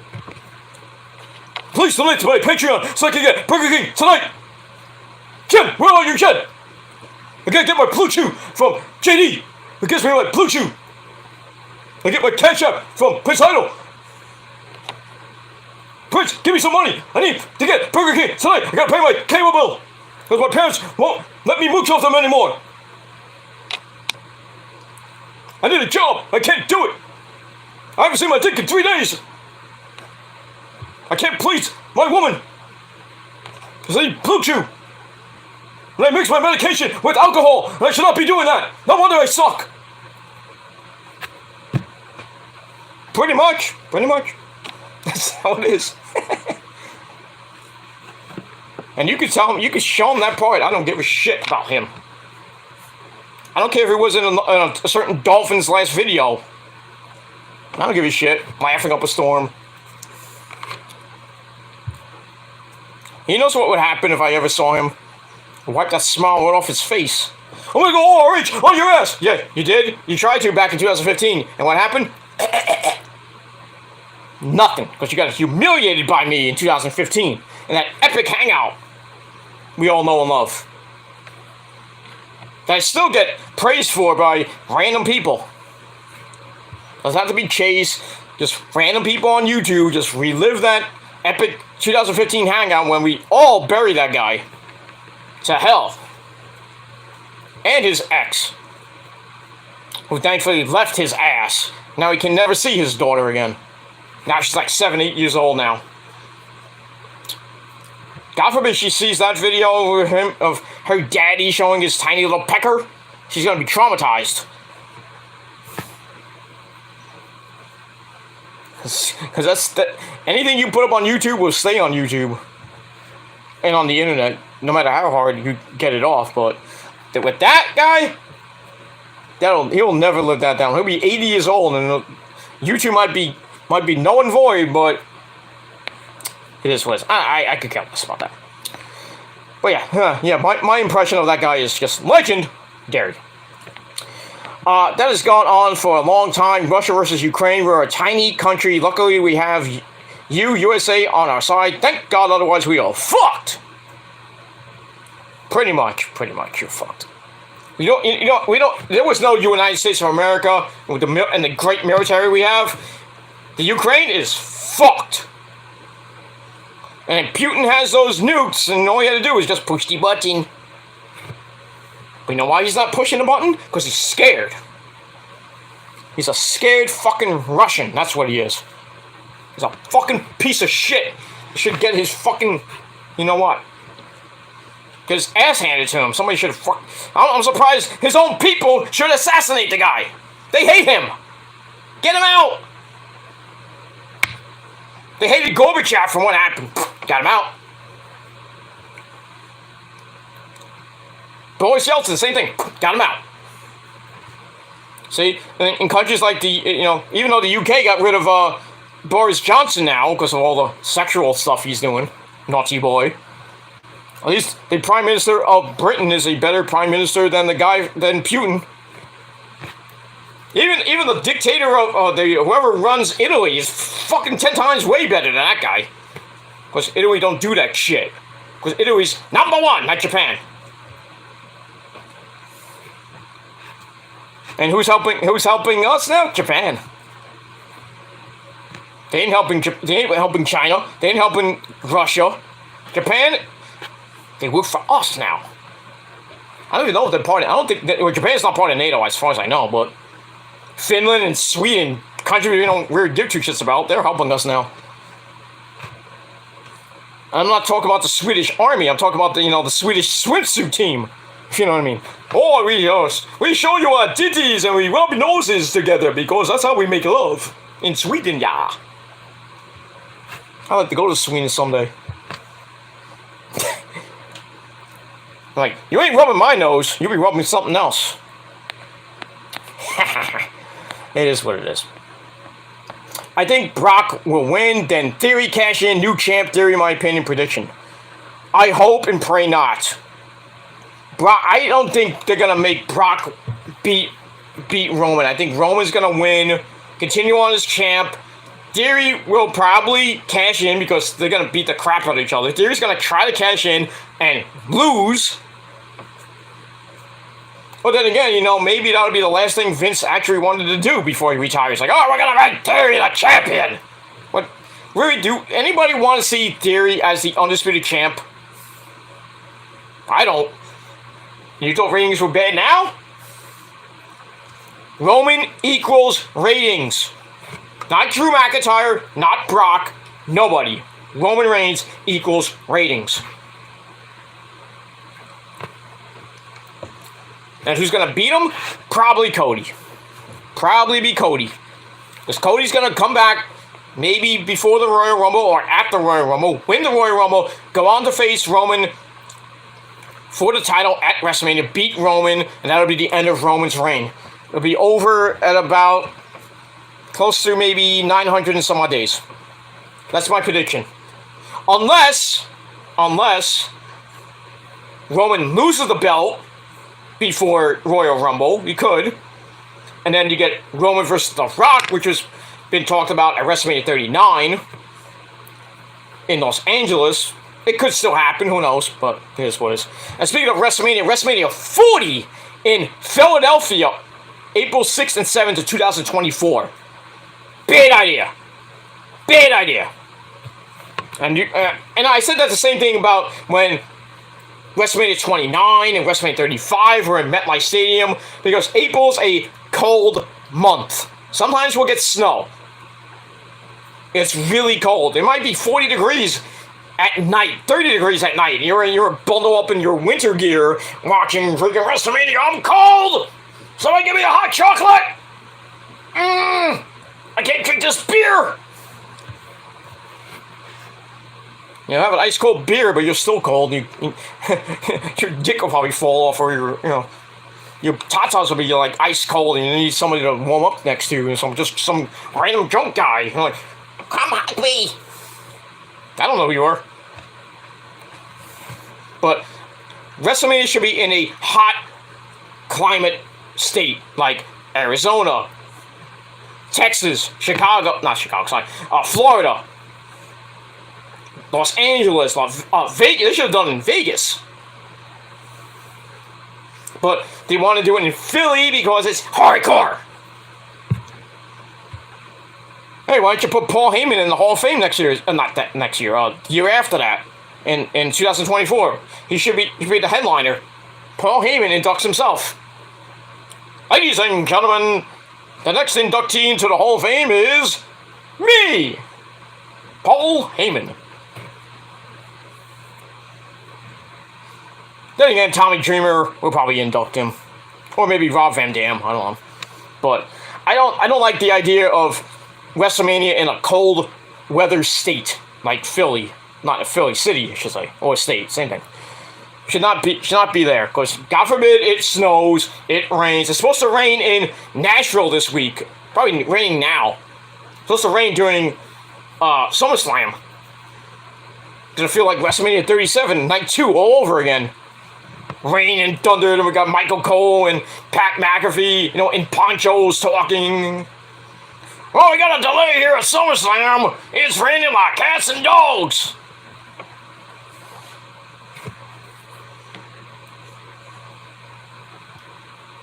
So what happens when you run in a stadium that does not have a dome. You run the risk of doing that. You run the risk of heavy rain, weather, lightning, Satan coming down and canceling the show. They never had a canceled show. In the 50-some-odd years history of WWE, never had a canceled WrestleMania. It almost did in WrestleMania 37, but thankfully the skies open and everything. They got the show done. It wasn't a great night 2. Night 1 was better, but it is what it is. That's pretty much it. But as far as Theory winning the Undisputed title, probably not happening. I don't want to see it. And it is what it is. We got a lot of comments. Alright. Yeah, let's just run through the comments and then we'll skim through the review. I know I went over almost 2 hours now, but I don't care. I don't care. Because we'll get to the review in a little bit. We'll move on from there. Where are we now?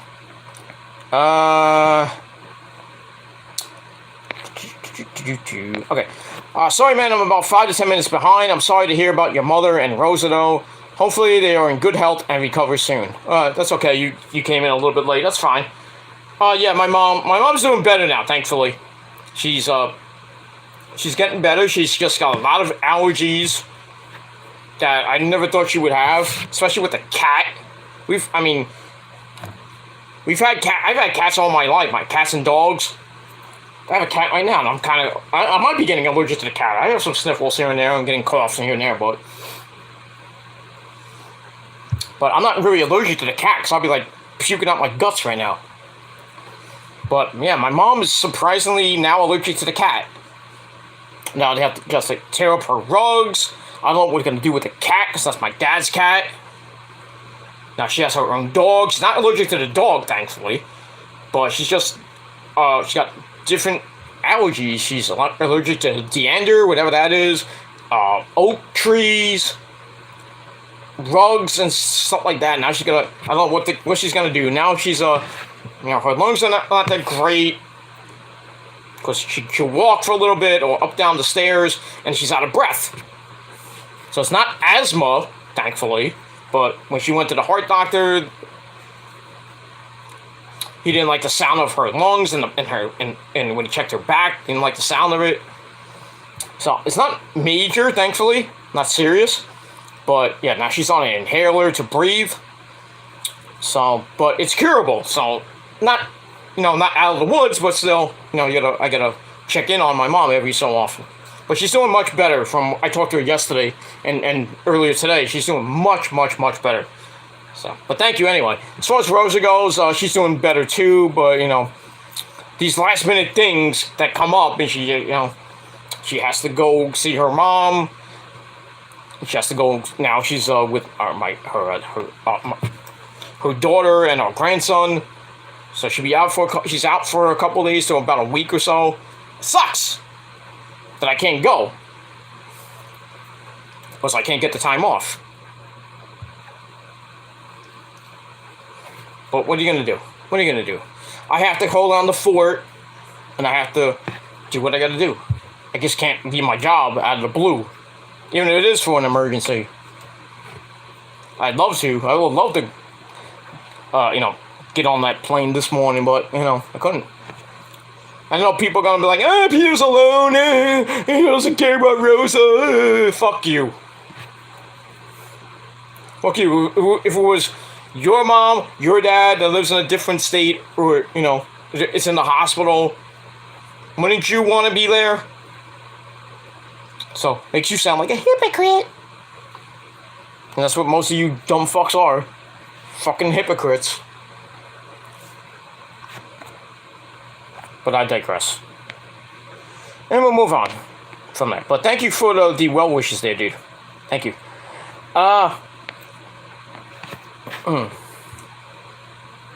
Where are we now? Okay, here we go. Sorry, Roman going away. He won't be champ, I don't think. Wait and see. Well, we'll see on Saturday what happens, what they actually do. If Hunter wants to take the belt off Roman, we'll see, and give it to Brock, and then give it to Theory. I think it'd be a bad idea to give it to Theory. Maybe Brock will win, and then Theory will try to cash in and get his ass handed to him like he did this past Monday on Raw. We'll see. That is sad, is that what they do, clip you? Oh my god, some people. Yeah, that's what they do, because they think they're big and bad. They can get their fake views. They think they can own me and everything. Call me names, which is slander. When I tell you the truth, you believe in me. You don't believe some bald-headed schmuck that clickbaits every fucking 5 seconds. When it says I have an obsession with him for 10 fucking years. I don't have an obsession with that guy. I don't care about that guy anymore. I don't care what he says and what he does on his fucking boring as fuck dead channel.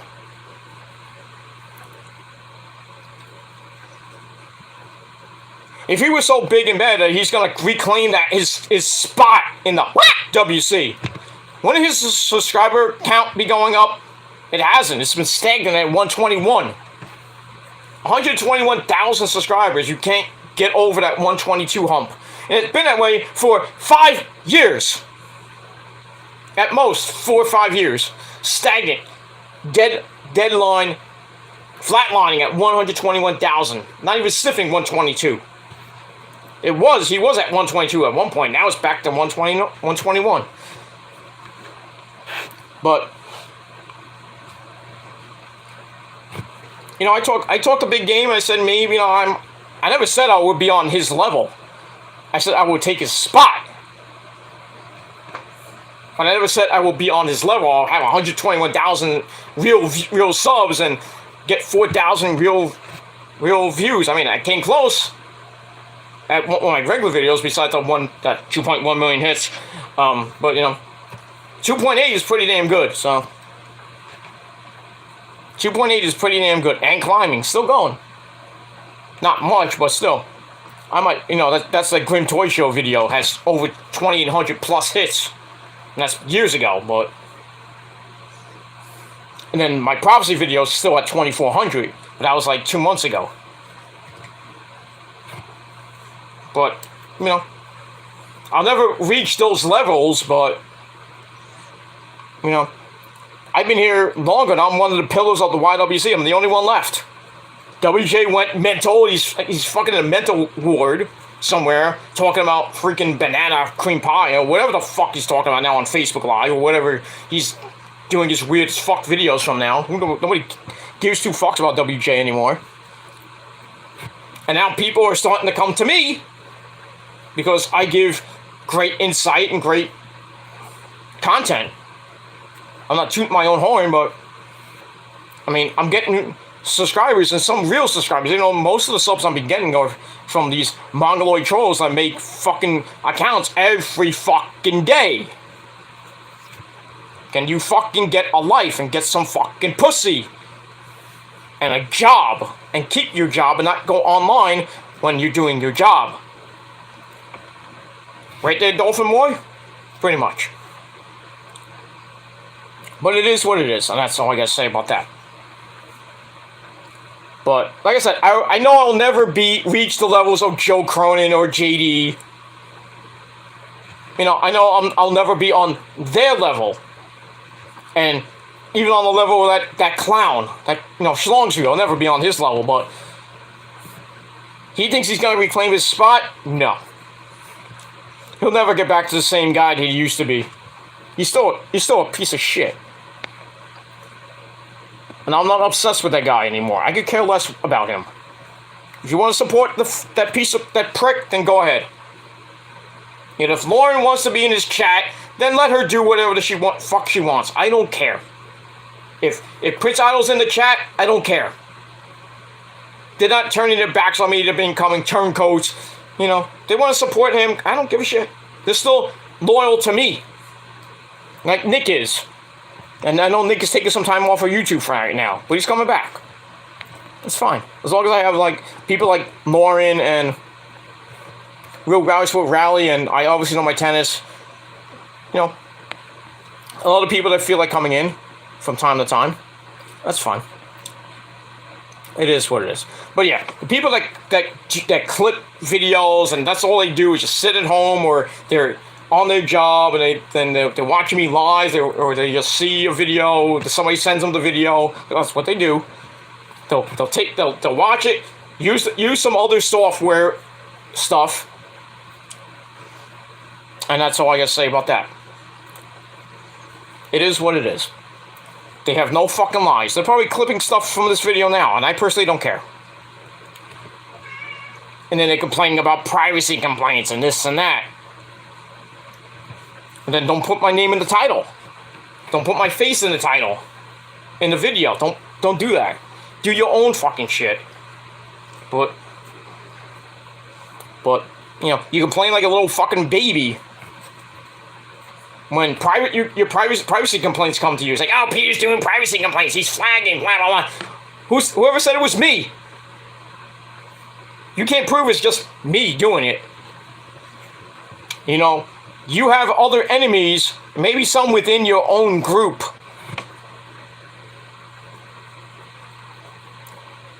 I'm telling you, the people...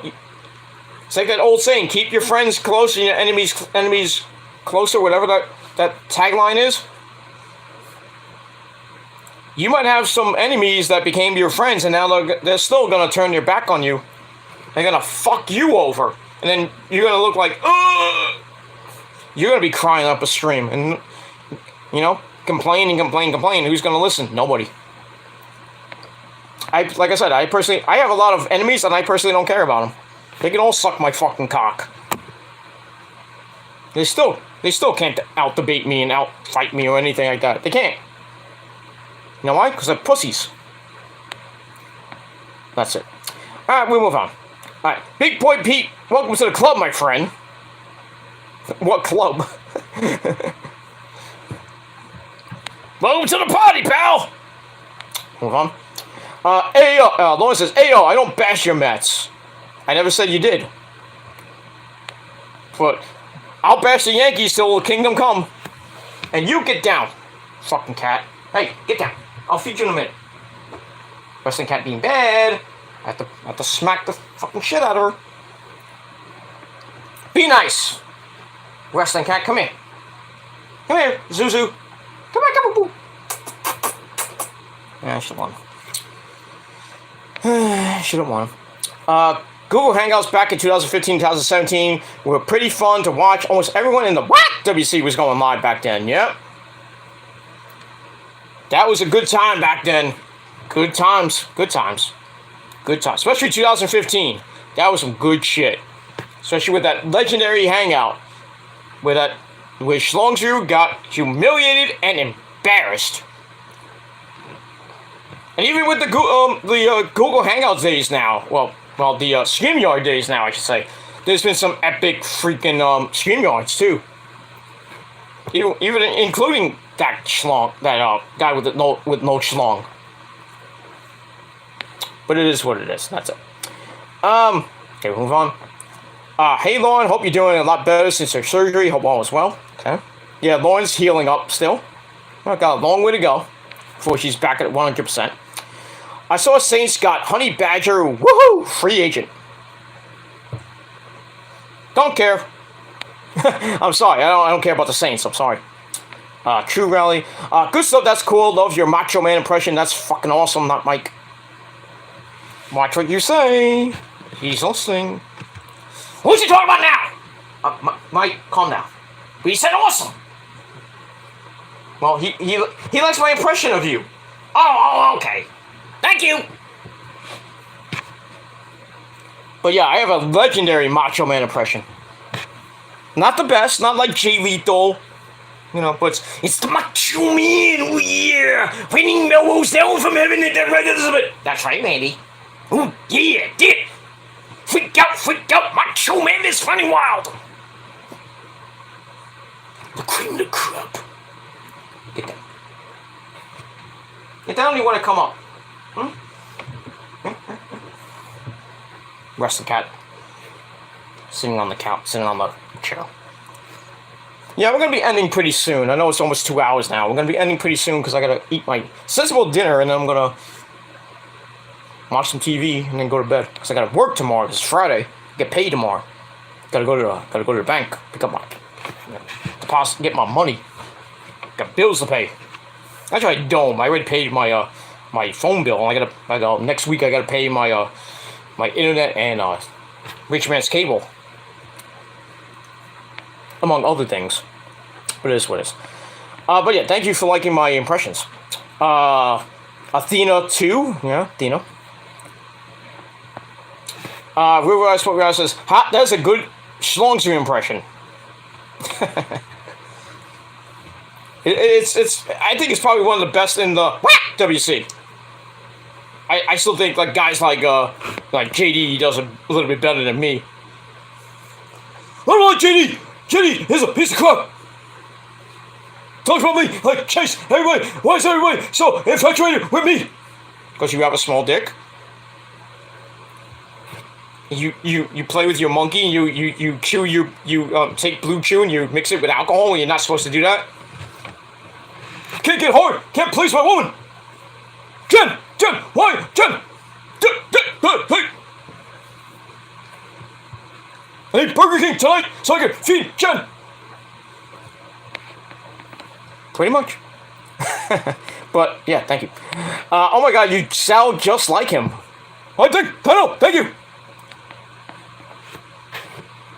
Prolific, dedicated to my subs, but I don't care about them. All I care about is me. Pretty much. True about Putin. Yeah, he's a piece of shit. Japan is not in NATO. I think Finland, Sweden are now really expensive countries, beer and stuff. Yeah. Hot women, too, in Sweden. Hot women. But yeah, Japan should be in NATO. I don't know why they're not. The only thing good to come out about Japan is the wrestling. And the women, of course. Because you know how I love my Asians, so. Japan! #1! Forever! Alright, got a few more comments and then we're gonna skim through these NXT and Dynamite results and then we're out of here. But thank you all for the comments. I love it. I want more of it.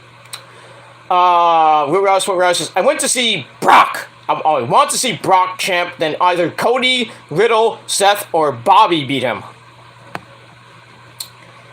Well, yeah, Brock wins. I would love to see Brock and Lashley go at it again. And Lashley actually beat him this time. Be nice. Riddle as champ. I'd rather him be Intercontinental Champion or United States Champion again. Seth, I would like Seth to be champion again. If he, brings ratings, but who else did you mention there? Cody will probably be champ by next year. Cody will be champ by next year. And we'll move on. Okay, Lawrence back. It says, hell's no, not theory. Nobody wants to see that. Lawrence got Brock Lesnar to win. Well, I don't. I don't know about Issa. I think Issa has Roman because that's her baby daddy. Speaking of Issa, she got a haircut. She looks way different, but she still looks fucking hot. Hi, Issa. Love you, Mia Moore. Boop. I don't know if Issa's gonna do a SmackDown watch along tomorrow because he's in Nashville right now doing StarCast, some stuff at Lucha Libre Online. She will be at SummerSlam on Saturday night. She'll be at Ric Flair's last match on Sunday. Probably won't be doing a Raw watch along this Monday because she's flying back to Puerto Rico.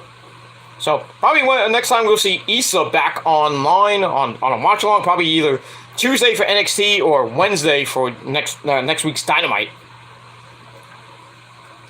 But subscribe to her now and tell her Peter Gilmore sent you. She knows who I am. I had to remind her on Instagram. I was like, hey, Killer Demons is a great guy, you think? She goes, you're damn right. She wrote, yup. She wrote, yes, XXOOO with heart emojis. She loves me. like she's, you know, as much as if I was single, I would definitely maybe try to go out or just go out for drinks with Issa, but she's got legs for days. God damn. Wrap her legs around my, you know what, and then I just wouldn't wake up. But I love her anyway. You know, she's probably one of the few women shooters in the YWC. I think the only woman. I know there are others, but not as great as Issa, but just saying. Just saying. It is what it is. Lauren says, I'm there. They should have had it in MSG. Or MSG where it covered, because it's yeah, I know. Will MSG ever have a WrestleMania again? Probably not, because they're doing stadiums now. But never say never for WrestleMania in MSG. I would love WrestleMania 50 to be there. I mean, it's the 50th anniversary of WrestleMania. You have to go to where it all began. WrestleMania 1, WrestleMania 10, WrestleMania 20. I'm surprised they didn't have 30 there. They should have really had it every 10 or so. Have it at MSG. I don't care if it's 18 to 20,000 people at MSG. I mean, at least you're not going to get rained on. If you know, it's not going to rain inside the freaking Madison Square Garden. You run the risk of it snowing or raining really bad. But this is what WWE does. They want to get more people at stadiums. That's why they're doing SummerSlam in a stadium, WrestleMania stadium, Royal Rumble. When they go to Saudi Arabia, even though that's in a dome. Survivor Series, maybe in a well, I think Survivor Series is the only one that's not in a stadium. Well, and if Hunter and Stephanie and Nick Khan decides, hey, we're gonna have Survivor Series in Las Vegas, do it. Go ahead, do it. It's an indoor stadium, like SoFi Stadium in WrestleMania 39. Do it. But don't have WrestleMania 40 in a fucking cold as fuck city and state like Jersey, or really Pennsylvania, but of course, you run the risk of it being, one, very, very, very cold, depending how bad the winter is, because it's like early spring, so it could be like 35 degrees at night. Like by the time WrestleMania ends, it's like 20 degrees. I'm like, ah! And like someone like Drew McIntyre is wrestling, I can't feel my arm! Yeah, but got the hot lights, so they don't have to worry about that shit.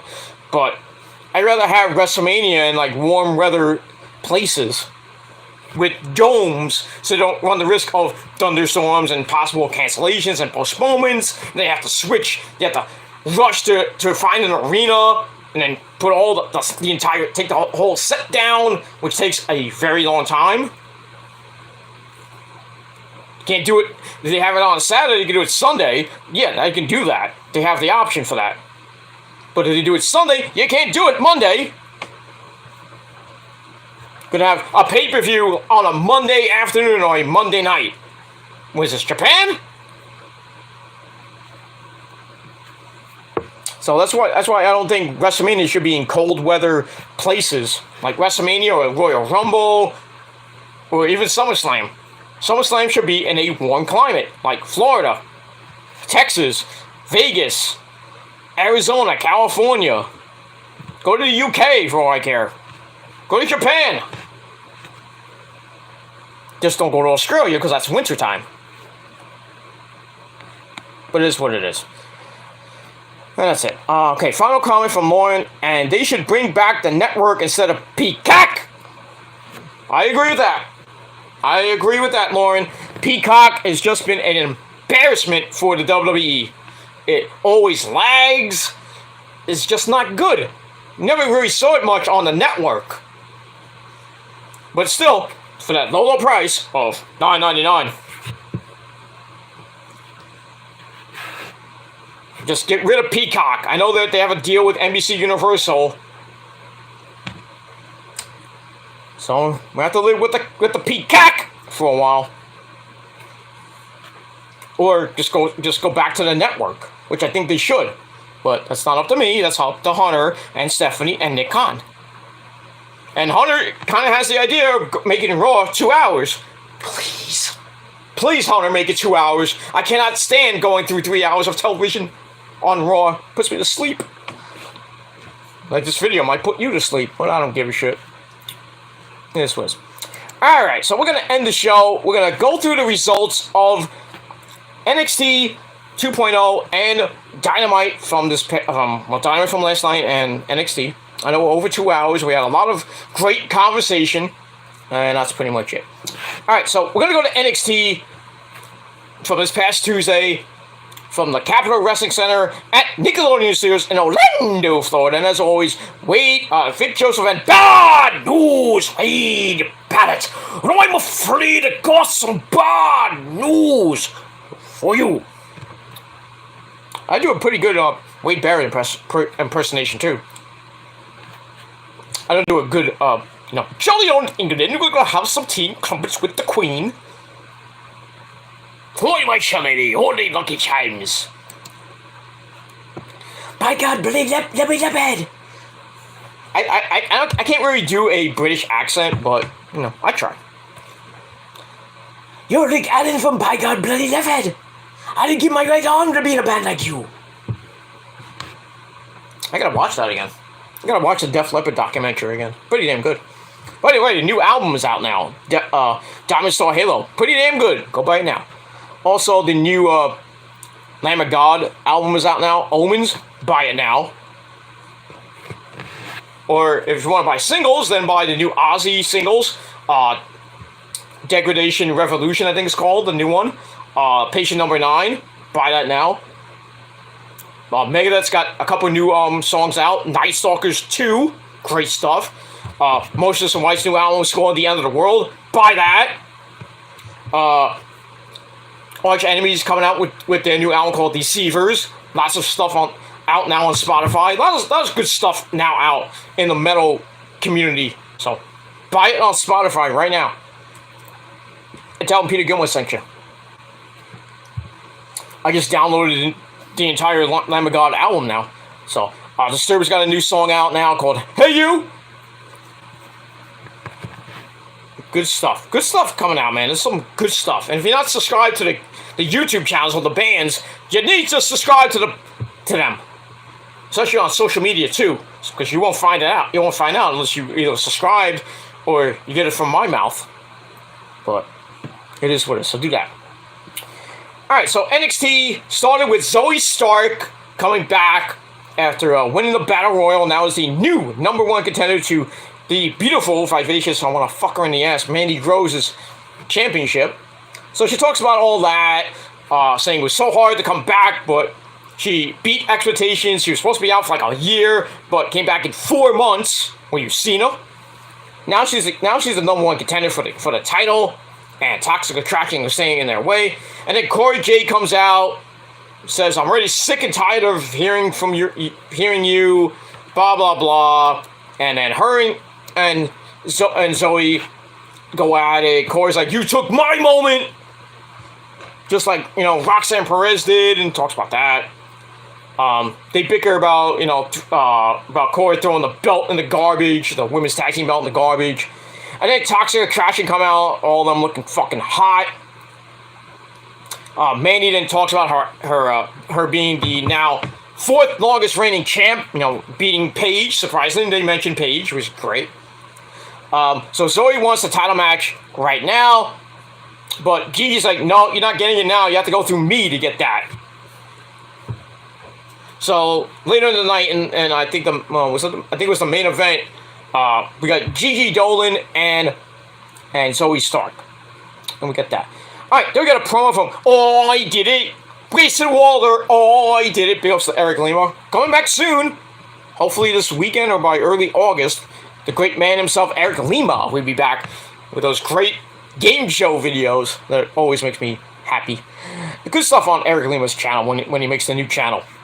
And going back to the Rant Rate podcast, we probably ending right now. I'll rewatch it later. Sorry, I'm sorry to Brandon and Jordan and everybody on that. But it is what it is. I'll watch it later. Sorry. But big ups to Brandon Martin and the Rant Rate Podcast. Check out the channel, Rant Rate Podcast, or check it out on the Brandon Martin channel. Tell Peter Gilmore sent you. Got that. So he comes out and he's going to have a match with Wes Lee in a little bit. Alright, after that we get to, hey, get in here. My cousin, my son. Tony D'Angelo and family, they're ready to destroy Dynamite in that, it was an 8-man tag team match. Or 6 or 8-man tag team match coming up later. We get that. Then we had Wesley and Grayson Waller. Grayson Waller wins with a rolling stunner after a knockout punch by Trick Williams, who came out in a hoodie and boxing gloves, knocked Wesley out. He somehow got in the ring before the count of 10. Should have stayed out in the ring, dude. But Grayson Waller won with a rolling stunner. And just exactly 11 minutes. And that's pretty much it. Got that. So the Trick Williams Wesley feud continues. Move on. Alright, then we got Joe Gacy and the Dyad, always now known as the Schism. Talk about Schism being the former grizzled young veterans, the new guys, I forgot their names now. Jagger Lee, or whatever the other guy's name is. It's basically the grizzled young veterans. I'll just call them the Dyad. So the Dyad talk about Joe Gacy opening their eyes to a whole new world. And then they're trying to get Cameron Grimes to join them, whether that happens or not. But Gacy's like, I could be that father figure that Cameron never had. So they're trying to recruit Cameron again. But he will join them. I guarantee he will join them. Probably in the next couple weeks. Oh, move on. Alright, then we got Ariana Grace. Brag about how much people were enjoying watching her in the Battle Royal. That's Santino's daughter, I think. But anyway. And then Indy Hartwell knocked her out of the Battle Royal. So Indy comes in with very bad gear. They go at it, saying, well, you could have done the same thing I did, I would have done the same thing in your place, blah, blah, blah. So basically, Ariana talks about how she would never do that as a former beauty queen. And it's like, I gotta get out of here, I don't like your negative energy there, Indy. I'm like, okay. That segment stunk. But I thought it was gonna lead to a match, but it is what it is. She's not really improving at the moment, but she's still an NXT level up, so she's gotta get some seasoning. But it is what it is, and that's that. Alright, then we go to Apollo Crews and Zion Quinn. Pretty quick match. As Apollo gets the win over Zion Quinn with a spine buster. And that's it.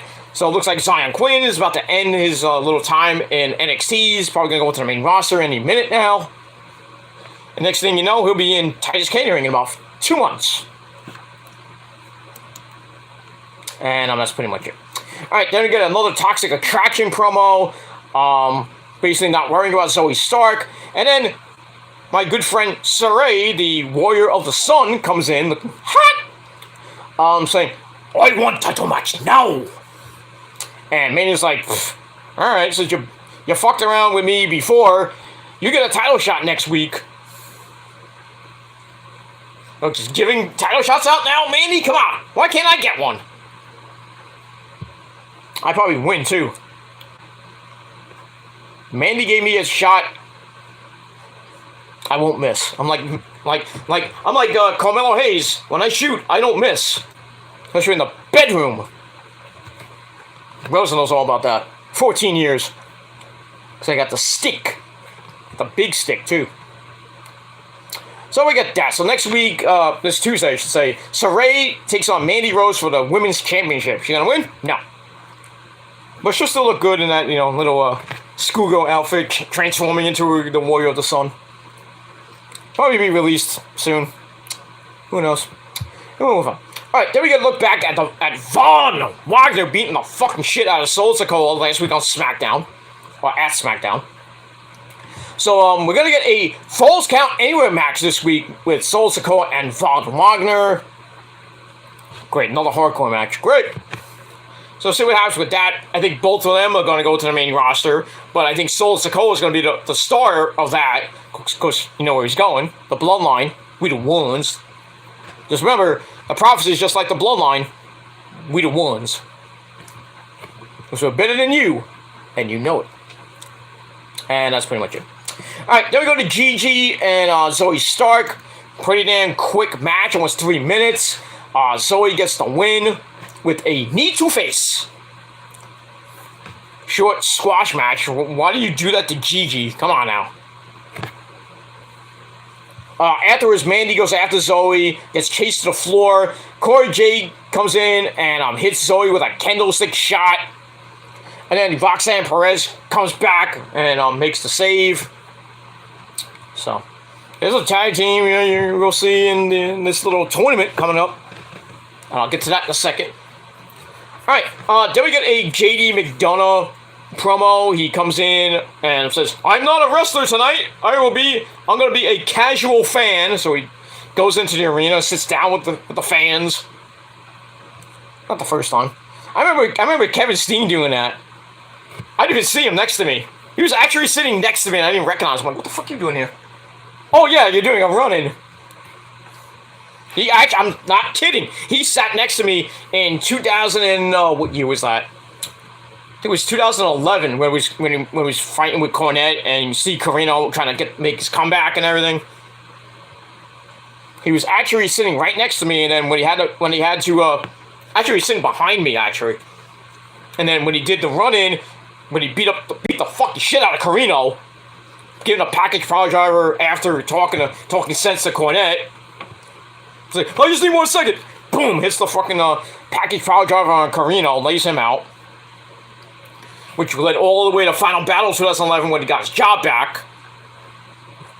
Great stuff for Kevin Steen. Great man that guy is. Should be world champ. And now maybe that Hunter is now part of creative, you'll give him the belt.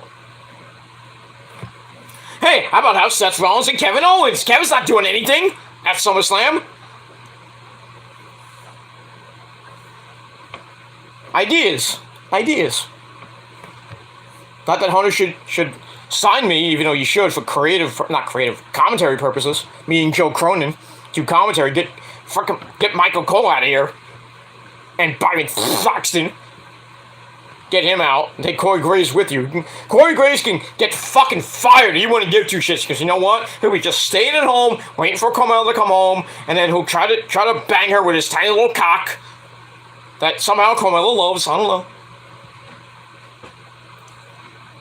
Corey Graves is boring on commentary. Bring back Mauro Ranallo. Hunter wants to do it. I'll get that later. But we'll move on from there. Got any more comments? No. Come on. Alright, if you want to chat, I mean, we can still chat if you want, but I'm going to end up pretty soon. It's 10 o'clock, and I got to have my dinner. I was going to make something, but I might order something. I'm not sure. I mean, I got money, so we'll see.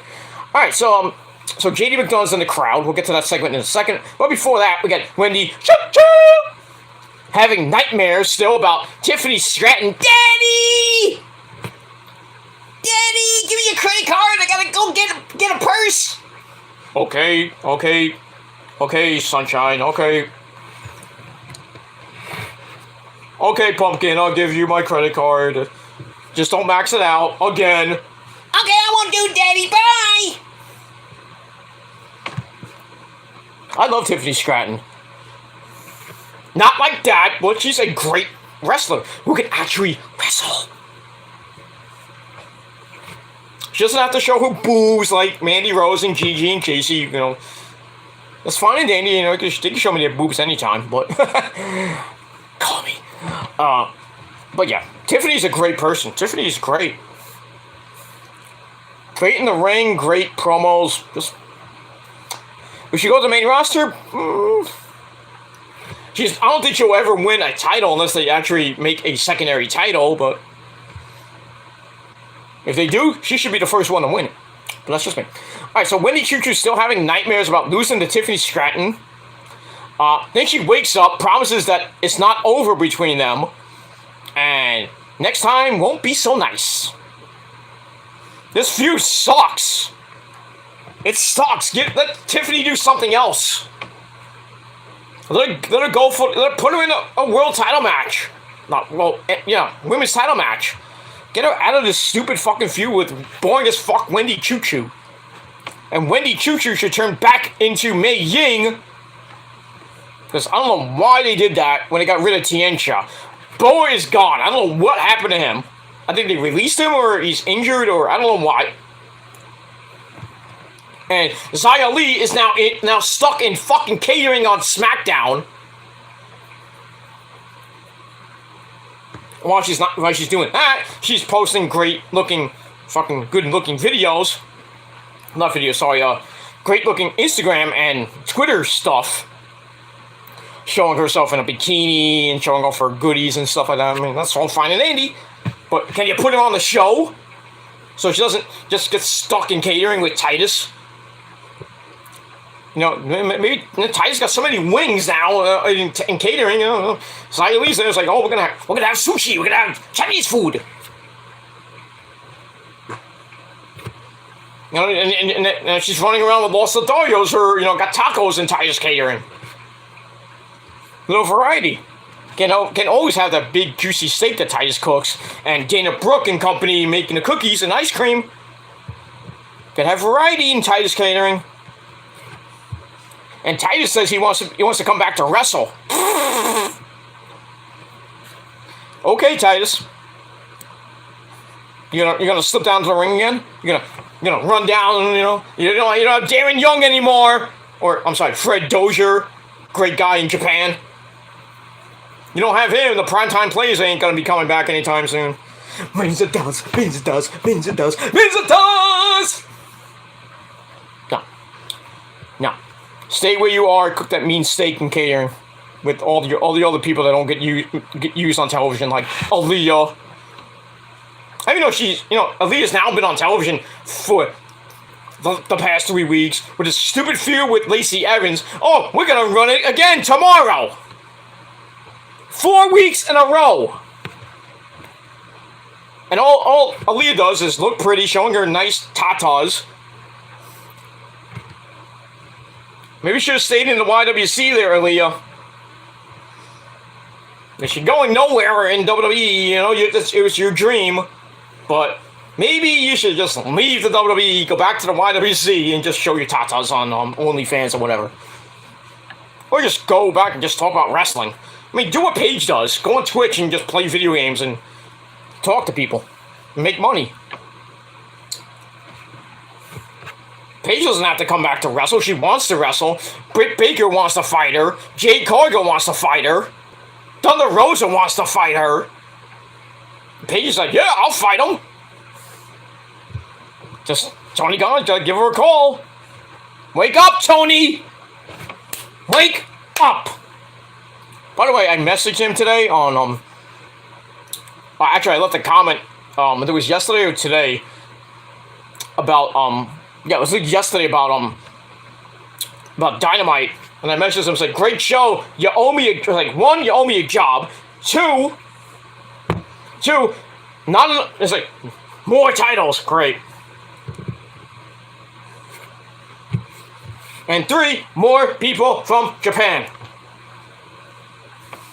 So, Tony Khan, you better slide in my DMs, my friend. Not like that, but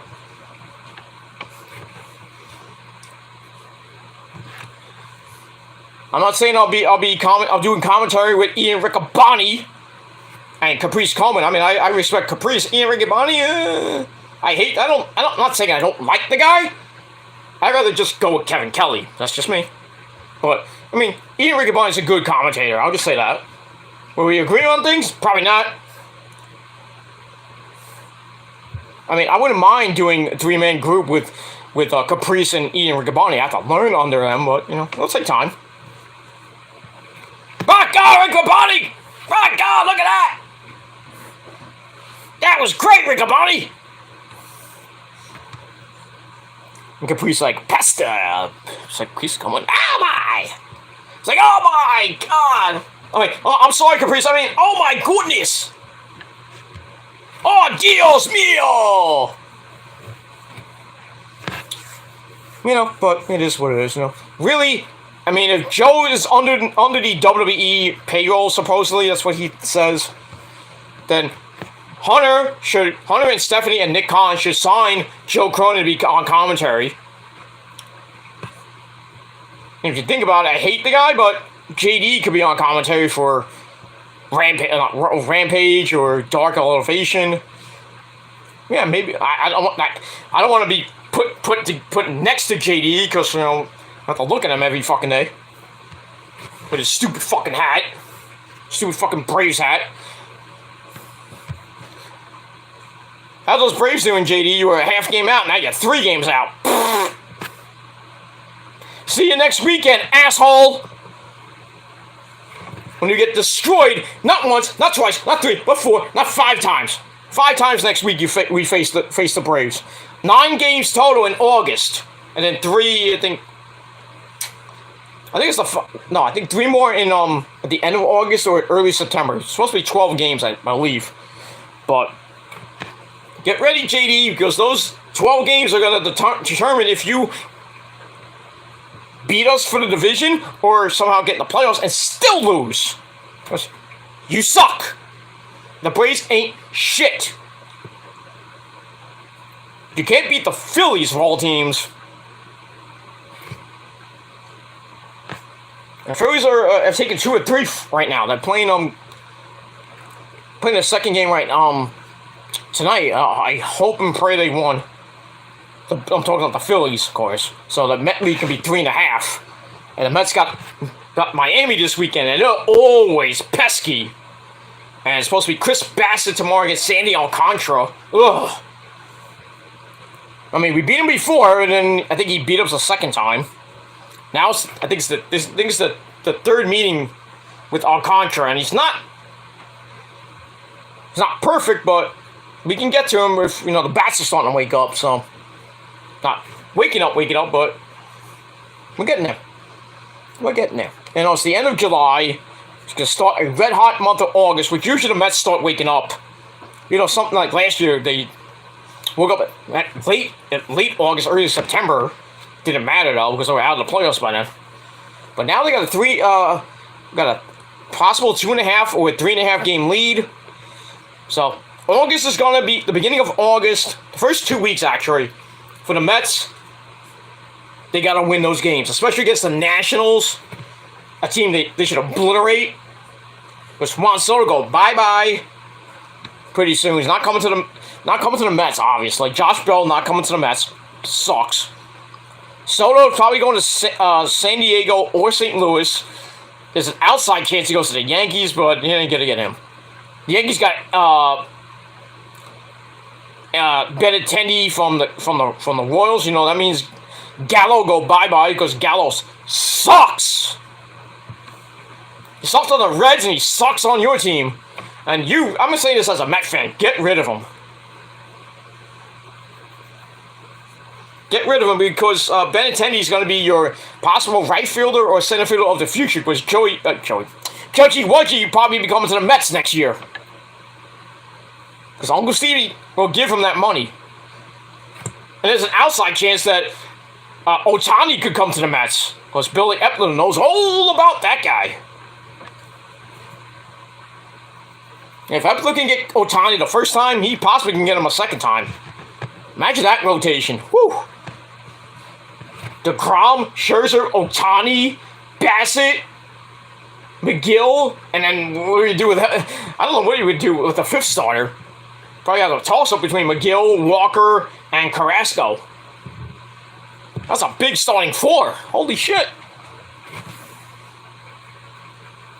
Well, top 3. Well, yeah, top 4. DeGrom, Scherzer, Ohtani, Bassett. And then probably put Walker in number 5 and then put Carrasco and McGill in the bullpen. I would love that. I don't think we're going to get Ohtani. I don't even think we're going to get anybody, to be honest with you, in the trade deadline. I don't think the Mets are going to get anybody. Would it be Mancini? Would it be Wilson Contreras to play catcher? Because we need a catcher now. We need bullpen help. We don't need another starter per se, but we're not going to get like Luis Castillo or anybody else. So I think he might go to the Yankees or might go somewhere else. I think they might get Trey Mancini from Baltimore. They'll probably get some other guys just for a middle relief, which we desperately need going into the playoffs if the Mets get there, which I think they will, barring a humongous collapse in August. But we'll see what happens with that when we get there, when we move on from there. All right. Okay, let's go back to where we're going on. All right, so Wendy QQ and Tiffany Stratton continue their boring as fuck feud. That's that. Okay. Then we go to our next segment. JD McDonough in the crowd tells a fan to eat his popcorn very slowly, because people die eating all the time, especially those fat people. Then he goes up to the timekeeper, tells him, "You have an important job to do, and you can break your hand with that hammer." Ding! Then he goes to Alicia Taylor, the ring announcer, who tells her she has a great voice. And a great body, I bet, too. Then he goes to Bad News Wade Barrett, and basically talks about the calcium deposits from bare knuckle boxing that Wade Barrett used to do can hurt your joints, so better watch out for that. No need no bad news for that guy. Then he goes to Vic Joseph and says, "Hey, you've been talking about my family last week. I don't like that. You know, I could break your collarbone in many places with just my bare hands, but I'm not going to do it because you're a Vic Joseph. Do it so he can take his job." So then he gets in the ring, calls out Braun Breaker, the champ. He comes out. Breaker says, "I'm going to fight you for the belt in 3 weeks at the next event on NXT called NXT Heatwave." Where'd you get that name from? ECW Heatwave 98. Great pay-per-view, by the way. So yeah, next event in 3 weeks, NXT Heatwave, where it's going to be JD McDonough taking on Braun Breaker for the NXT World Heavyweight Championship. I hope JD wins. I'm getting sick of Braun Breaker. I'm sorry. I don't care if you're Big Papa Dump's nephew. You've been boring as champ, dude. Boring as fuck. The first reign and the second reign right now. Boring. You'll be boring on the main roster, too. And that'd be another name, for Seth Rollins. Seth Rollins versus Braun Breaker at SummerSlam. Not to be a great match, but I still think it's Gargano. I still think it is. But anyway, we get that. All right, then we go to Chase U. So Andre Chase is going to face Giovanni Vinci in a little bit in a match. Dia Hale wants to do the fighting for them. Chase says, "I got this." And then Nathan Frazier comes in. Ben comes in, gets to be the Chase U flag bearer for the match. Okay, that. All right, then we get Axiom's debut. We get a look back at that with the whole comic book thing. A-Kid. Those of you who don't know who the fuck he is. More CGI crap. Go figure. Alright, then we go to back. Roxanne Perez, or Roxy, has a lot going on. Still is technically one half of the women's tag team champions. But she doesn't have a partner anymore since Cora Jade turned on her. So we see Alundra Blaze there, Medusa, Michelli. She's there, surprisingly. She hands her half of the belt to her. I guess now Medusa's part of NXT now. Go figure. So Medusa takes the other title out of the trash and keeps it for herself. Then she announces that this Tuesday is going to be a fatal 4-way elimination match for the vacant belts. And you thought the titles were going to be history, right? Yeah. I guess now that Hunter's back, we're going to bring back the women's tag team belts on the main roster. Naomi and Sasha are rumored to be coming back. Why? Oh, now we got rid of Vince. Let's come back. Let's just bring over all the other schmucks that were in NXT that went to AEW that are not coming, like Adam Cole, Baby, and Malachi Black. Adam Cole's there in AEW for 7 more years, dude. Or 5 more years, I think it said 5 or 7 more years. Malachi Black's gonna be there for a while. And you think that when the contract ends, they're gonna come over to Hunter? Probably not.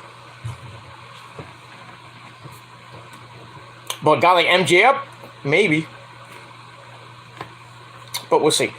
Alright, so we got a Fatal 4-Way match. We got Valentina Feroz and, the other chick, Yulisa Leon and Valentina Feroz taking on Kaden Carter and Casey Catanzaro, taking on Ivy Nile and Tana Paxley, and also in that Fatal 4-Way, Gigi Dolan and JC Jane.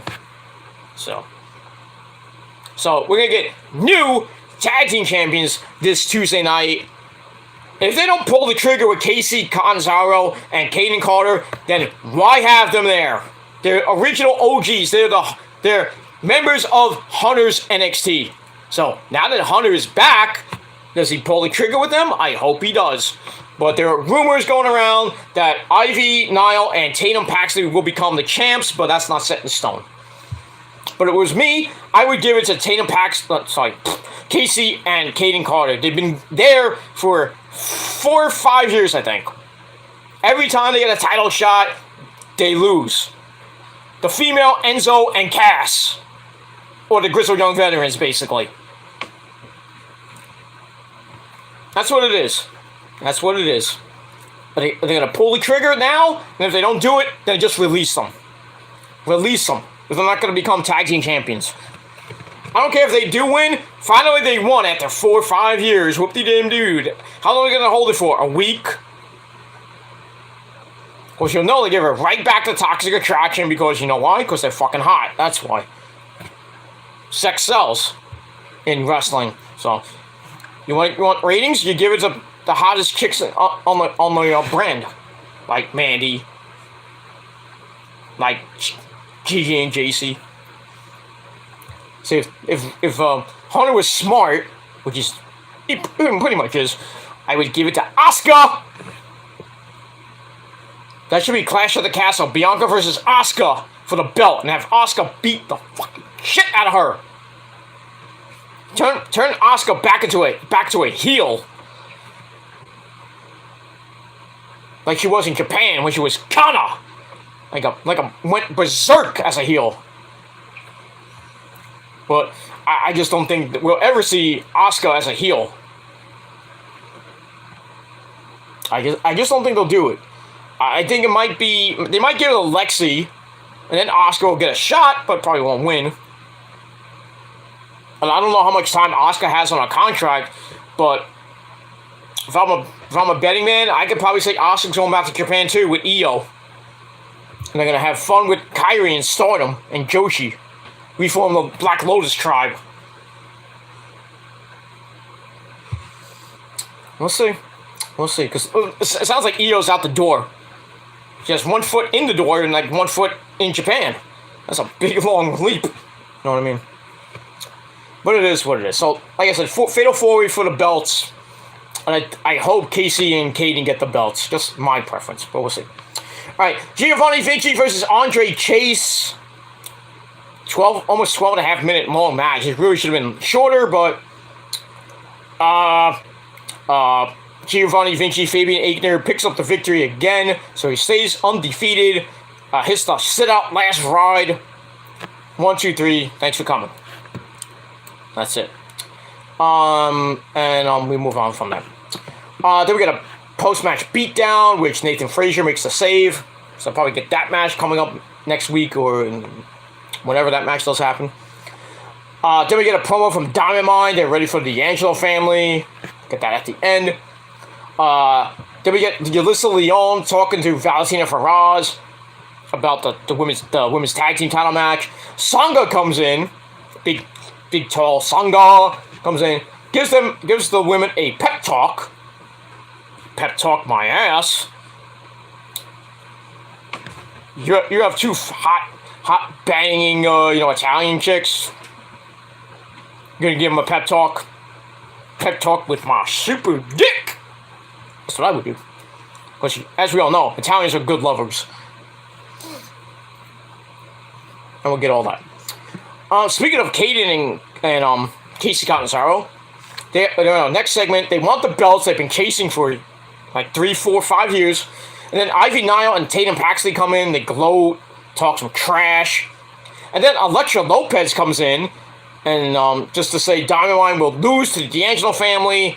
And then a humongous brawl breaks out between all the ladies, which is always nice. Can't fight! You know? Good shit. And that's that. Then we go to 4-minute suckfest. Ariana Grace and Indy Hartwell. Indy wins with a basic boot in her face. And that's pretty much it. Then we get Robbie E. You know, Robert Stone on Von Wagner, excuse me. They're ready for their Falls Count Anywhere match with Solo Sikoa next week. Get that. Then we get a PowerPoint presentation by Kiana James about Nikita Lyons. You know, Nikita Lyons with those fucking Daughters of Doom. Being very terrible in the ring. I wouldn't say that about you there, Kiana. It is what it is.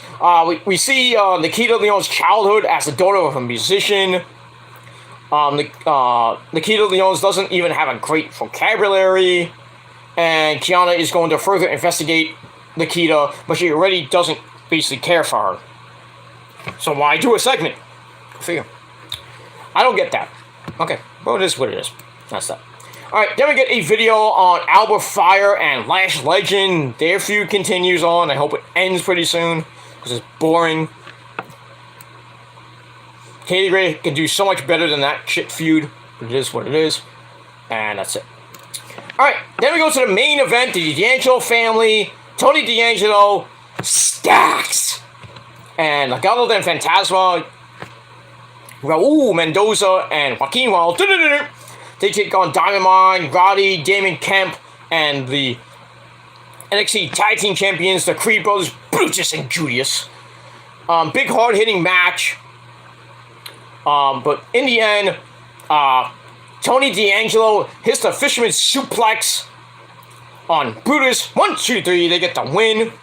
So the D'Angelo family get the win over Diamond Mine. So I gotta say about that. That ends the show. But we got a bonus segment with Alundra Blaze outside. He doesn't know who's gonna be winning the women's tag team belts next week. Gigi and JC Jane, and I think Mandy come up to her and say they're gonna win the belts. They want them back. They're trying to get them back, but Alundra Blaze is like, no, me take title, and that's it. They were trying to take them, and then Alundra Blaze is like, no, you're gonna have to earn these.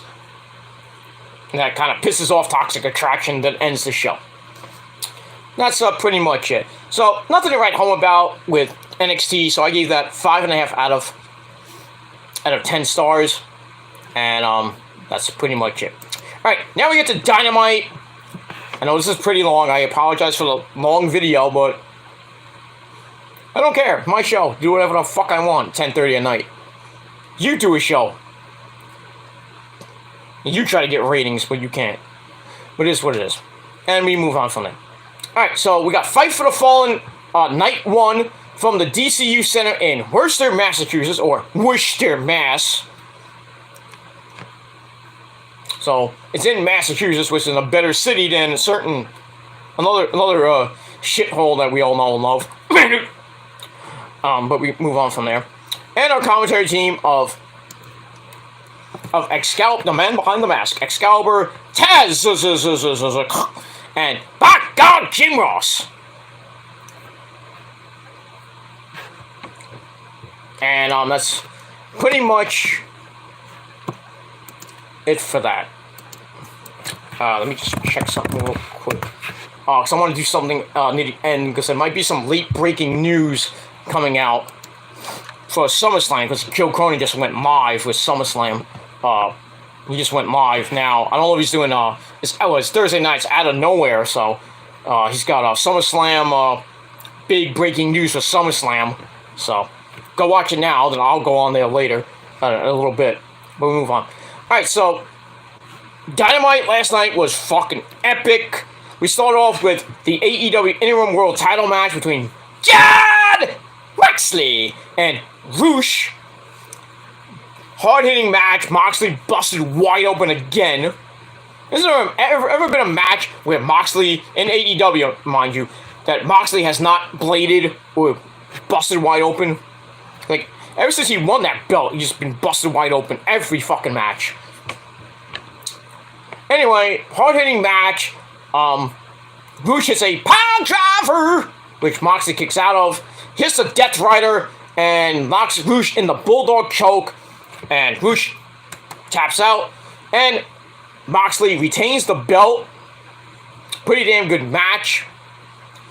And we'll see what happens with that. Then after the match, Jericho comes out with Sammy Guevara and his whore, Ty Conti. And then Anna Jay comes out with Parker. And Jericho basically ruins the celebration. Angelo Parker trying to be Roman Reigns, being like, AEW Galaxy! Appreciate us!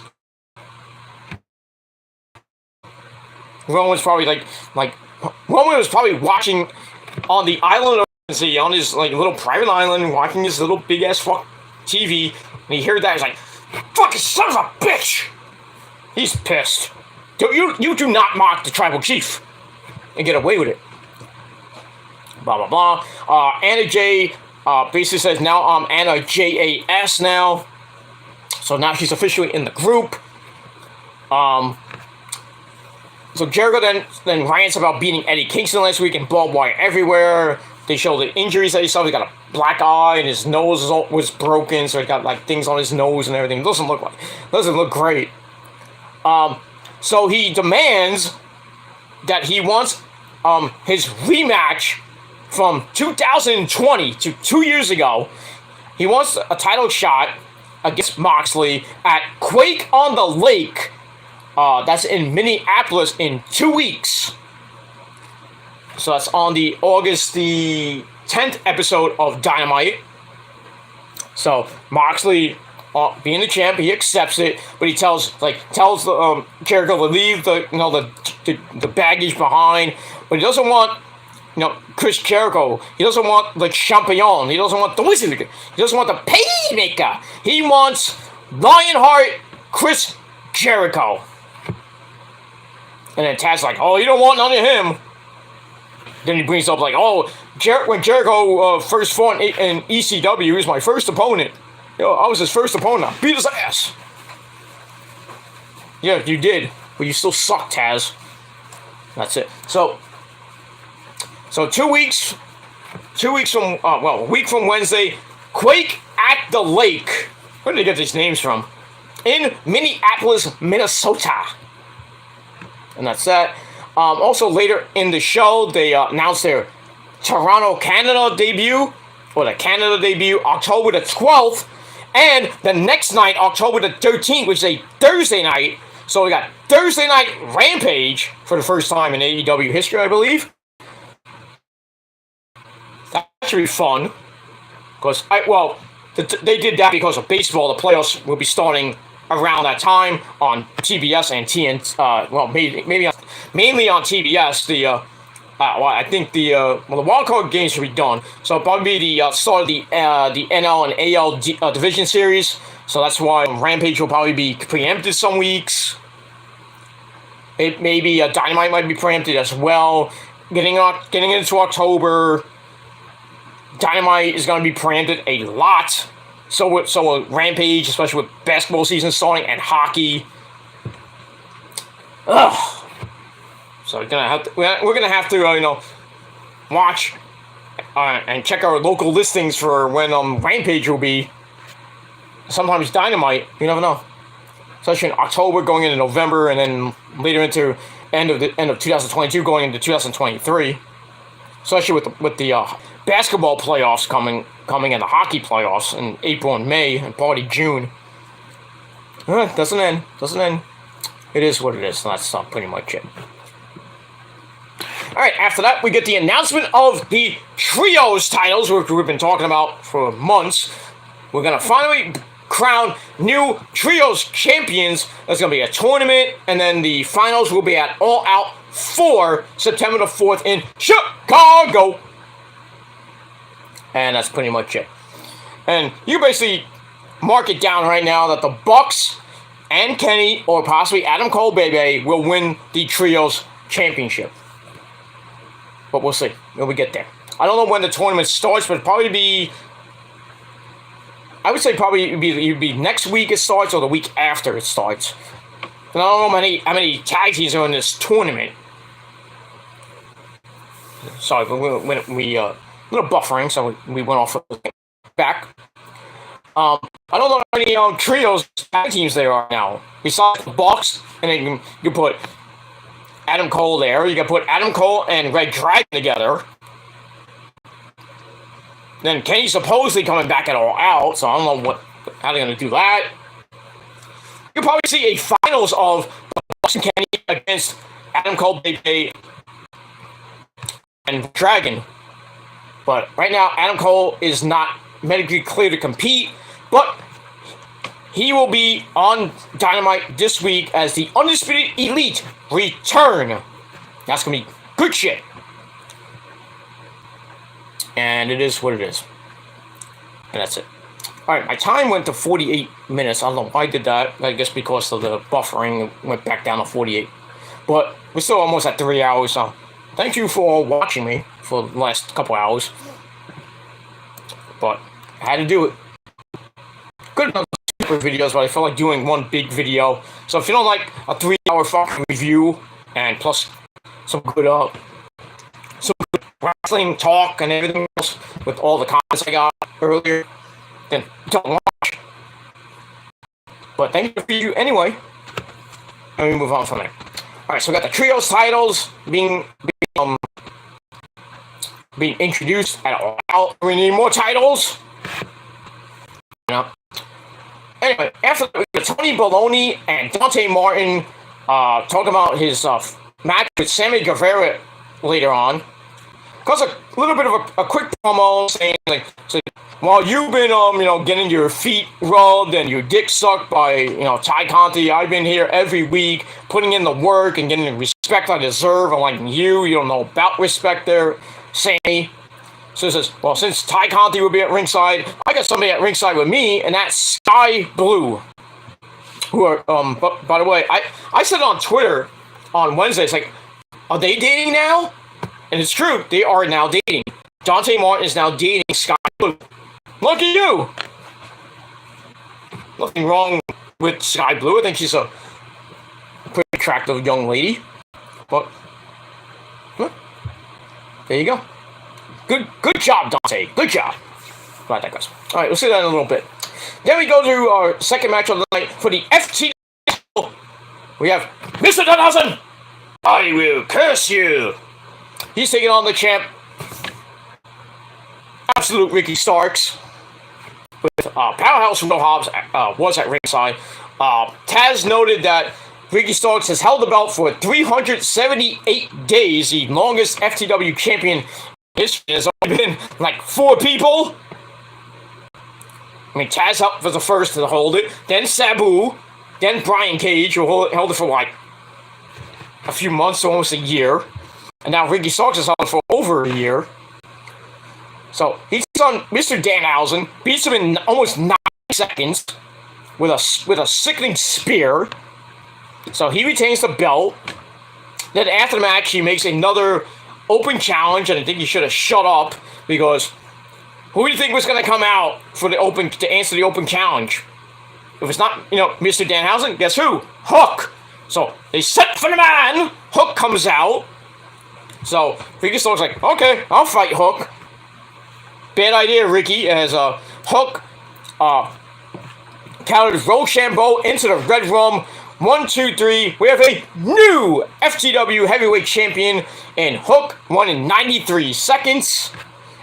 And Taz was all, he was really pissed off with Ricky, but then, he had to turn it around and, be happy for his son, who was still undefeated at 10-0. So now he's the FTW champion, and he ain't losing that belt anytime soon. No way. He's going to hold that belt for 3 years at least. That belt's not even recognized by AEW. Still. That's it. Then after the match, Hook and Ricky fist bump.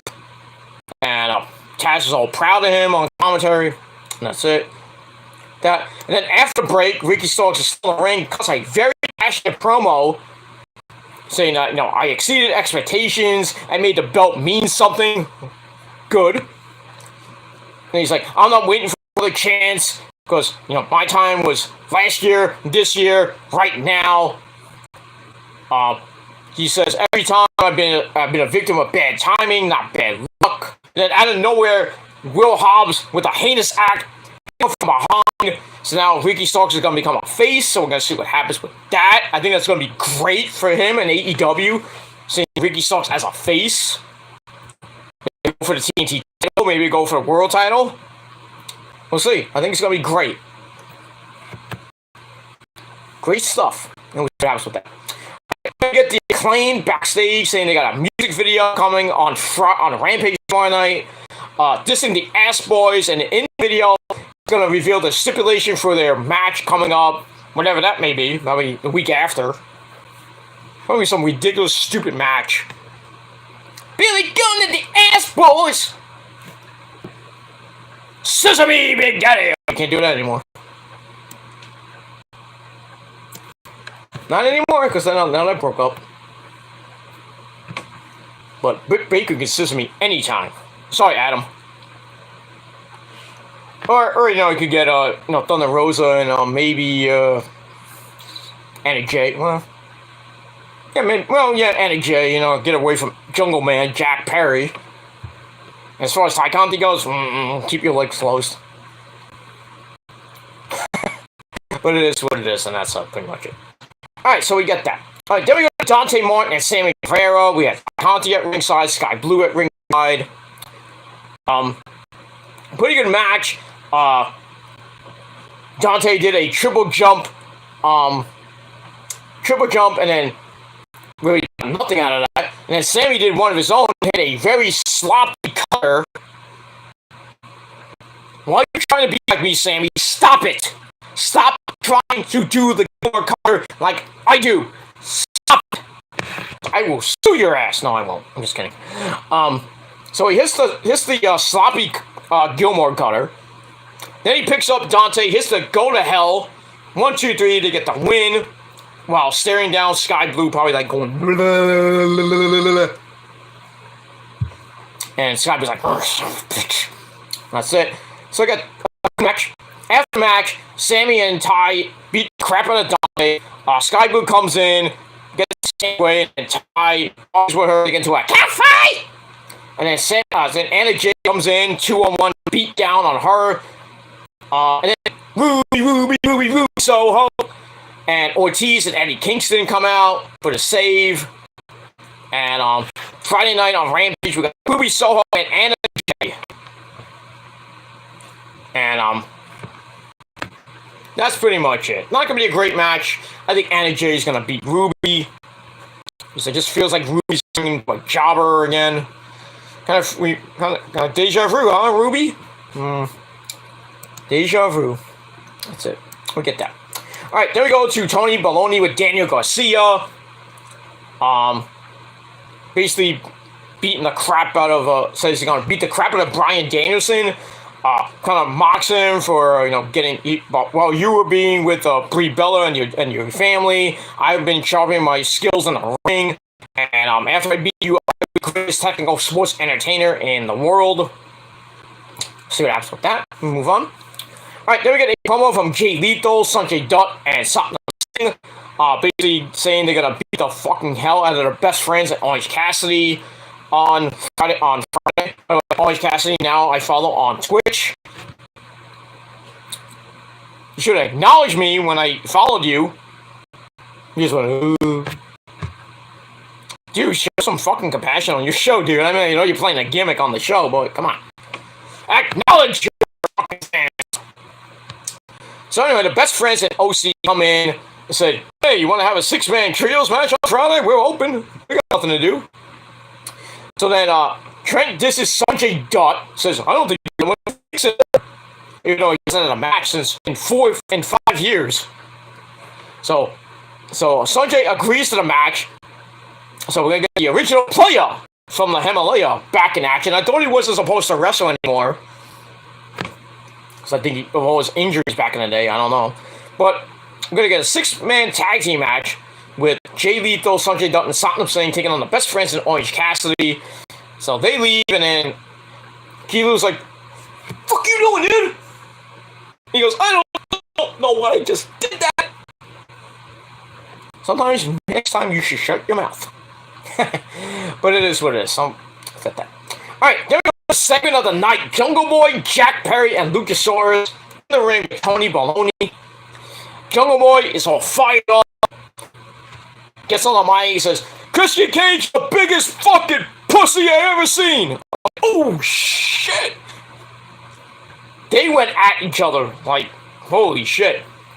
Called Christian out needing money because his wife divorced his bitch ass. Says he's a movie film with a turtleneck and a tiny dick.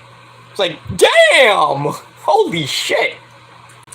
That's what pretty much all these haters on YouTube are. They think they're villains and they got tiny dicks and they got no women. That's why they come in, that's why their mothers and their cousins and their best friends, are girls, they all come to me. And the other male members of the prophecy, because we got huge cocks. I mean, come on. Just ask Prince Lethal that one. Oops, sorry. I didn't mean that. But it's true, man. Me, Nick, and Prince, we get all the chicks. No disrespect to Max Lethal and, all the members of the prophecy, but, the top 3 guys, we get a lot more pussy than that. They do. Sorry. But you're still on the payroll. But it is what it is. So they go at it, and then, Christian interrupts, even though they botched it a little bit. So Christian's like, Luchasaurus is your lapdog now. It says, well, instead of, he's talked about Luke Perry again. He said that you should take up the dirt and be all kosher with your dad, because next thing I'm gonna throw over you is a body bag. This was Jungle Boy's best promo ever. And I'm talking about PWG stuff too. Even though he never really talked in PWG. But still, this was fucking epic shit between Jungle Boy and Christian. I can't wait to find out what's next. How far they're gonna go. And now, Christian said at the end, it's like, "You told me all your secrets and now I will explore your weaknesses." So we'll see what happens with that. Alright, after that we go to the back where we see the Young Bucks. Matt and Nick Jackson with Brandon Cutler on the Cutler cam. Brandon's talking about learning about the trios title, so Matt and Nick are kind of intrigued, and Brandon wants to be a partner, and the Bucks, "Shut the fucking camera off, Brandon, you idiot." Then they run into Hangman Adam Page, drinking some water, doing some cowboy shit. They talk about him. His birthday was yesterday, so happy birthday to the Hangman. Happy birthday to whose birthday was today? His birthday today. Happy birthday to the American Dragon. Also, happy birthday to Evil Uno, my good friend. Because Evil is Danhausen, but he's very evil. So it's easy to be between the Bucks and Adam Page. Then the remnants of the Dark Order come in. The Beaver Boys, Alex Reynolds, Huggy, Evil Uno, and I think number 10 come in. They wish Adam Page happy birthday. They got a bowl full of broccoli. Then they just look at the Bucks like, "Oh, okay, we're out of here." And the Bucks just walk off and then land in "Shut the camera off already, idiot." So maybe there'll be trios tag team champions. You never know. But it just shows you that the Dark Order are done in AEW. They just don't give two shits. They're breaking them up with they released Allen Angels. They released Stu Grayson. Anna Jay is now turned heel. Is with the Jericho Appreciation Society. So all they got left is really Evil Uno, the Beaver Boys, Reynolds and Johnny Hoagie, Preston, that's 4, and technically at age 5, and then 6 would be, Brody Lee Jr. They're just a laughing act right now. Just don't even have them on the program. And they're fun and a nostalgia act, but that's all they are.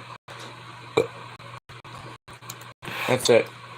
I think if Brody Lee, the great man he is, never passed away, I think the Dark Order would be a big thing right now. But you can't, escape fate and all that shit.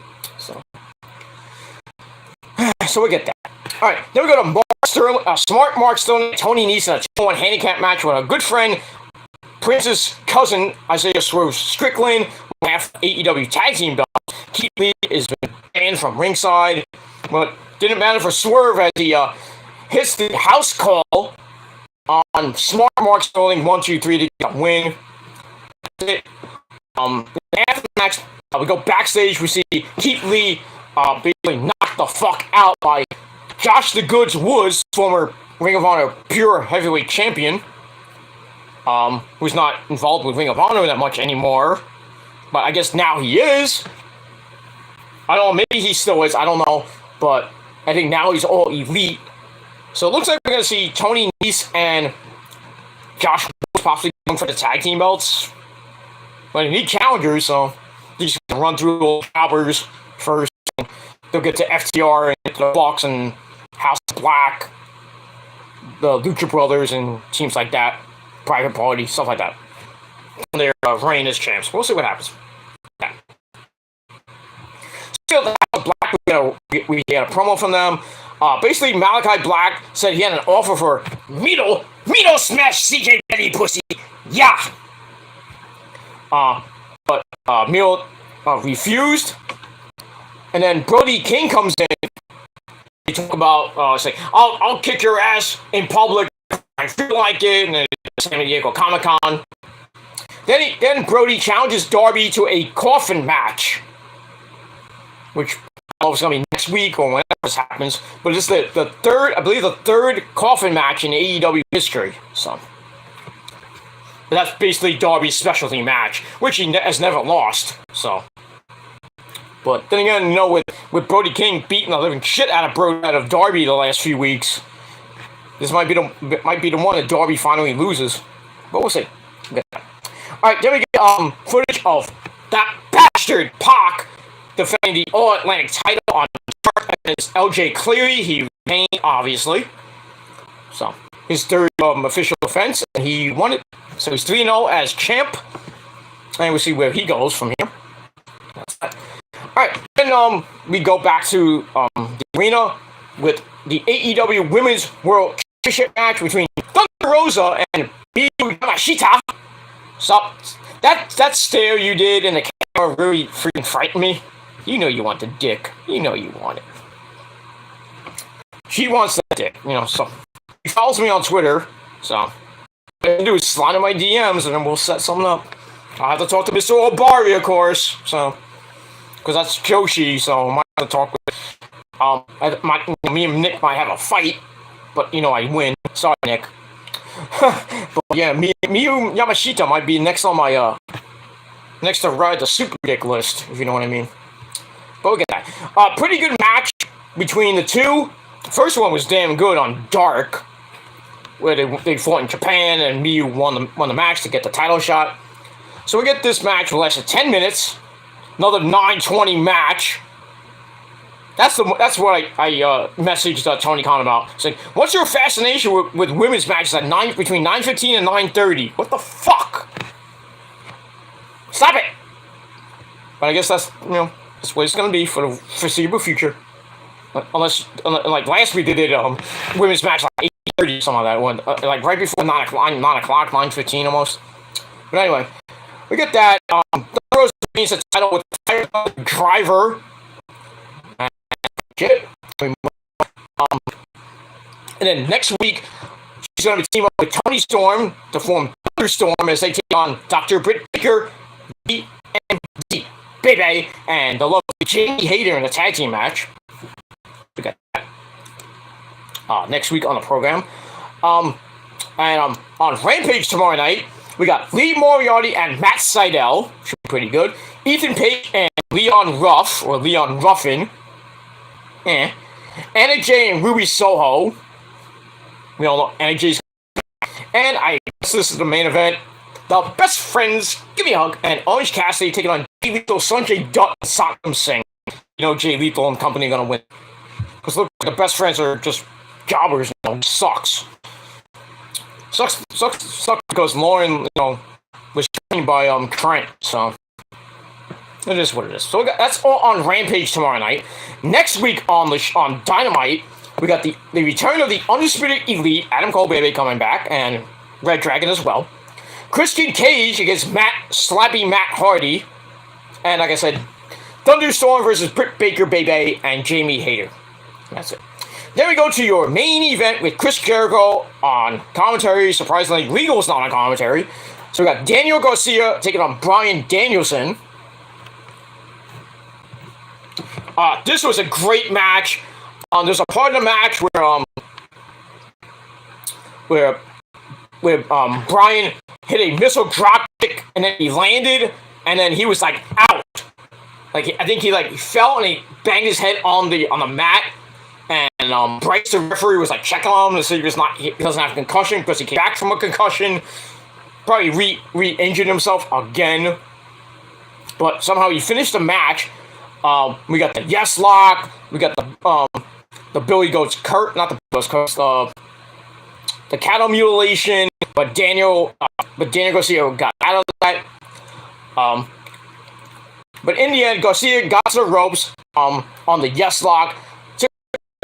Danielson went back in, and then he got his foot grabbed from under the ring by somebody, which allowed Garcia to slap on the sharpshooter, and then pull back, and Danielson passed out from the pain. So Daniel Garcia was probably one of the biggest of his career, next to winning the PWG Championship from Bandito a couple months ago.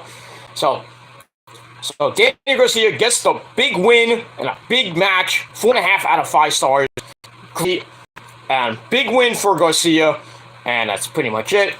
And then Jake Hager and the rest of the appreciations come in and they celebrate with Garcia, and they put I think Hager put his boot on his face or something like that. So we'll see what happens with that. So I don't know if there's any update on Daniel Bryan. But I think he might have re-injured himself and got another concussion. But somehow he finished the match, so big ups to him. But still, great match between Garcia and Danielson to end the show. And that's it. So I gave Dynamite a solid 8 out of 10 stars. And that's pretty much it for that. Alright, I'm going to end the show right now. I've been on for over 3 hours, so I just want to see what any interesting news. There's late-breaking stuff with going SummerSlam. For those of you Buck Bagwell fans, he looks unrecognizable in the new photo, if you want to look him up. Look, Buck Bagwell picture. He shaved his beard. He doesn't look like Buck Bagwell. Looks like somebody else. Look, this doesn't know her character right now.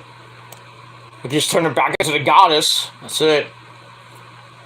WWE employees are prohibited from buying or stock right now after Vince retired, so that sucks. WWE signed over a dozen talent after the 2-day, I think it was 2 or 3 day tryouts.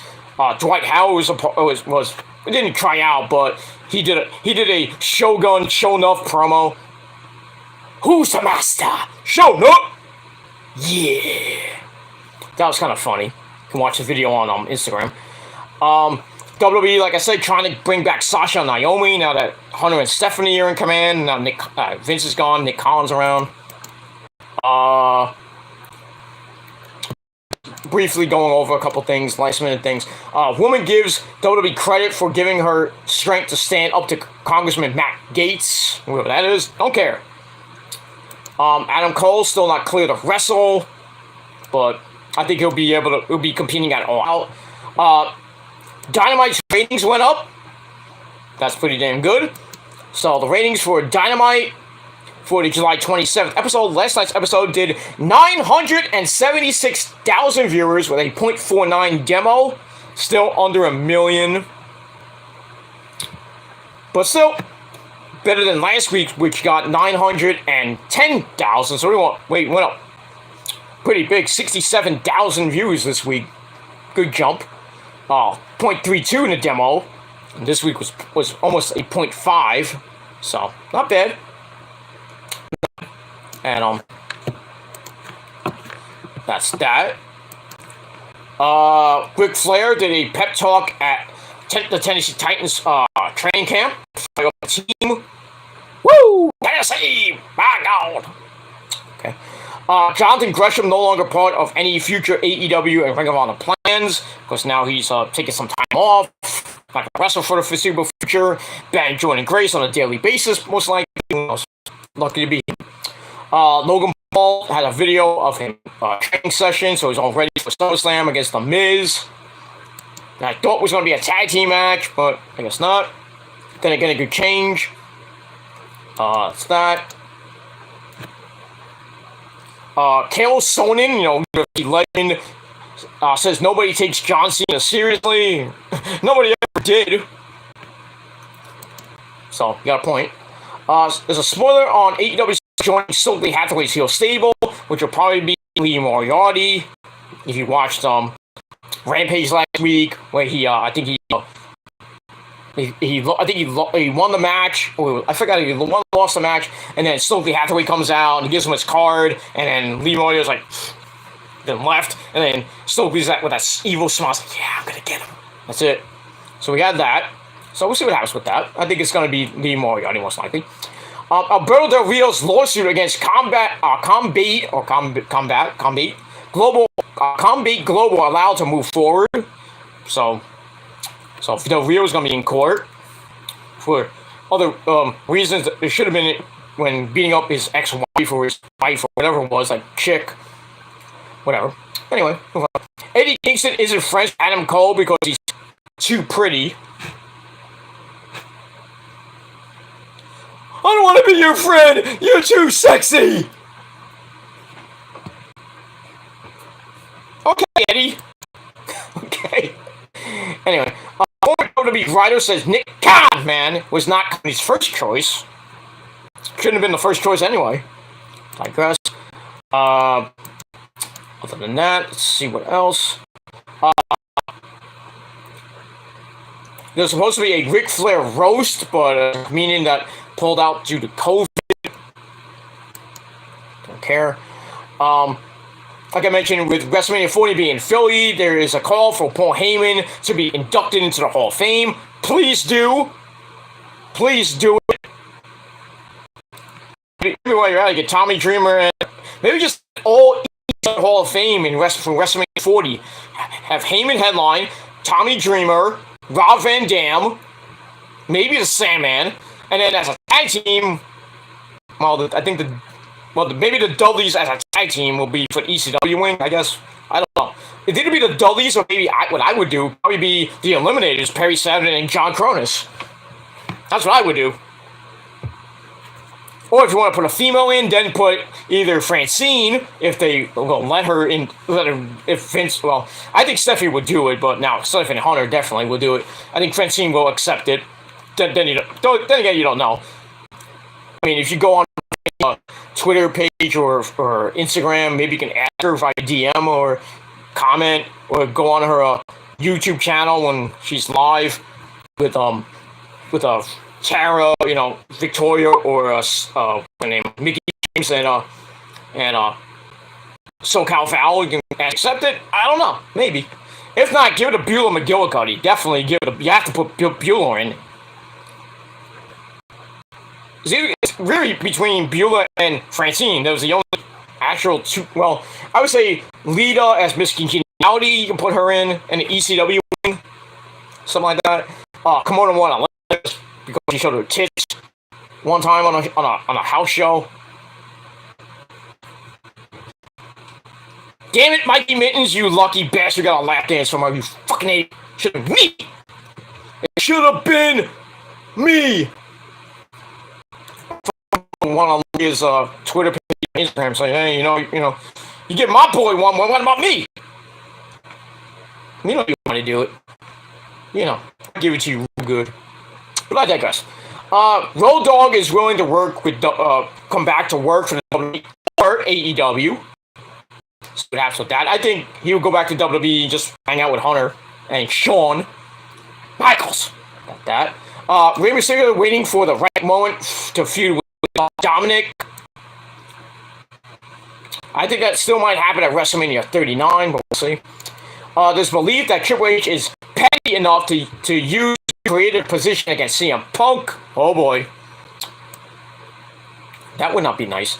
And finally, Drew McIntyre was worried WWE would edit pre-taped WrestleMania 36 title victory. So, that was the 36 was 3 years ago, right? Yeah, 38. 2 years ago, it was 2020 during the pandemic era, where he filled in for Roman, with leukemia, and so he pulled out. And so Drew McIntyre and I think it was Drew McIntyre and Goldberg, I think it was. I forget what. I think it was Drew McIntyre, Goldberg, and Drew won. I forget.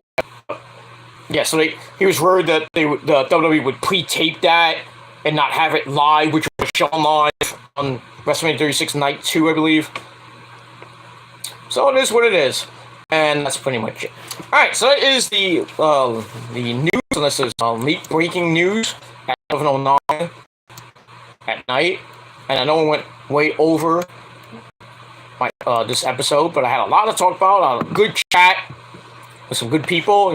Will Rally Sport Rally, thank you for coming on. Lauren, thank you for coming on. Also, I obviously know my test. Thank you all for coming on. I'll talk to you guys later. That's pretty much it. And yes, I know, Western Cat. So, alright, so I gotta go because I'm at 9% of my batteries. I'm gonna go. Thank you all for watching. Once again, if you didn't watch earlier, or watch if you're watching now, my NXT rating, my rating for NXT Tuesday night, 5.5 out of 10 stars. Dynamite last night, solid 8 out of 10. Let me know your thoughts down below in the comments section. Hit that subscribe button on this channel, my other channels as well.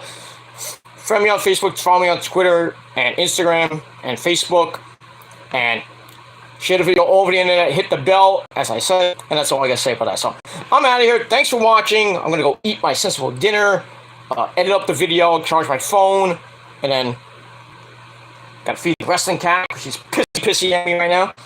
So with that, and watch some TV, maybe watch some Mr. Joe Cronin, and then probably go to bed because I gotta work tomorrow.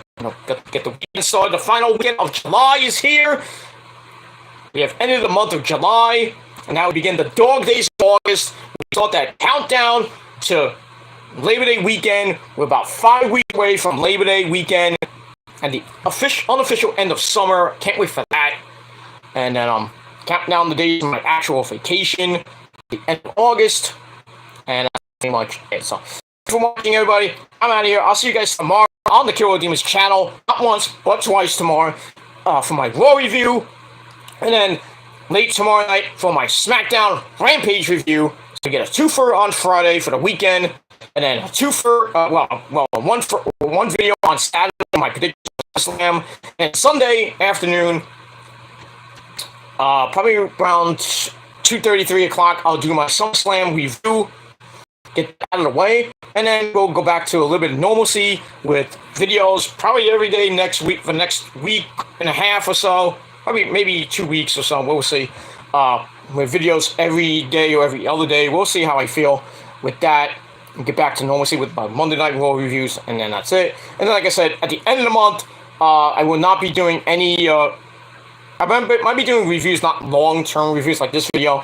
But I'll be doing some mini videos for Raw, NXT, Dynamite, Rampage, SmackDown. And that'll be it for the end of August, and then probably the week of Clash of the Castle, I'll be doing predictions for that and All Out. Reviews for both shows. All the reviews for that week. It's going to be a long fucking week. It's just going to be insane, but I'll try to get as many reviews and videos as possible. And that's all I gotta say about that. So, alright, I'm out of here. Thanks for watching, everybody. And I bid you adieu. And I'm Peter Gilmore signing off. Peace out, rock on, and rock hard with your cookout. And if you're not down with that, you mindless fucking idiots. We're the prophecy. We're the greatest thing since sliced bread. And we're better than you, and you know it because we're real and you're not. So thanks for watching. And if you're not down with that, we got 3 words for you. Fuck you, man. That's it. See you guys later. I'm out. Peace, bitches.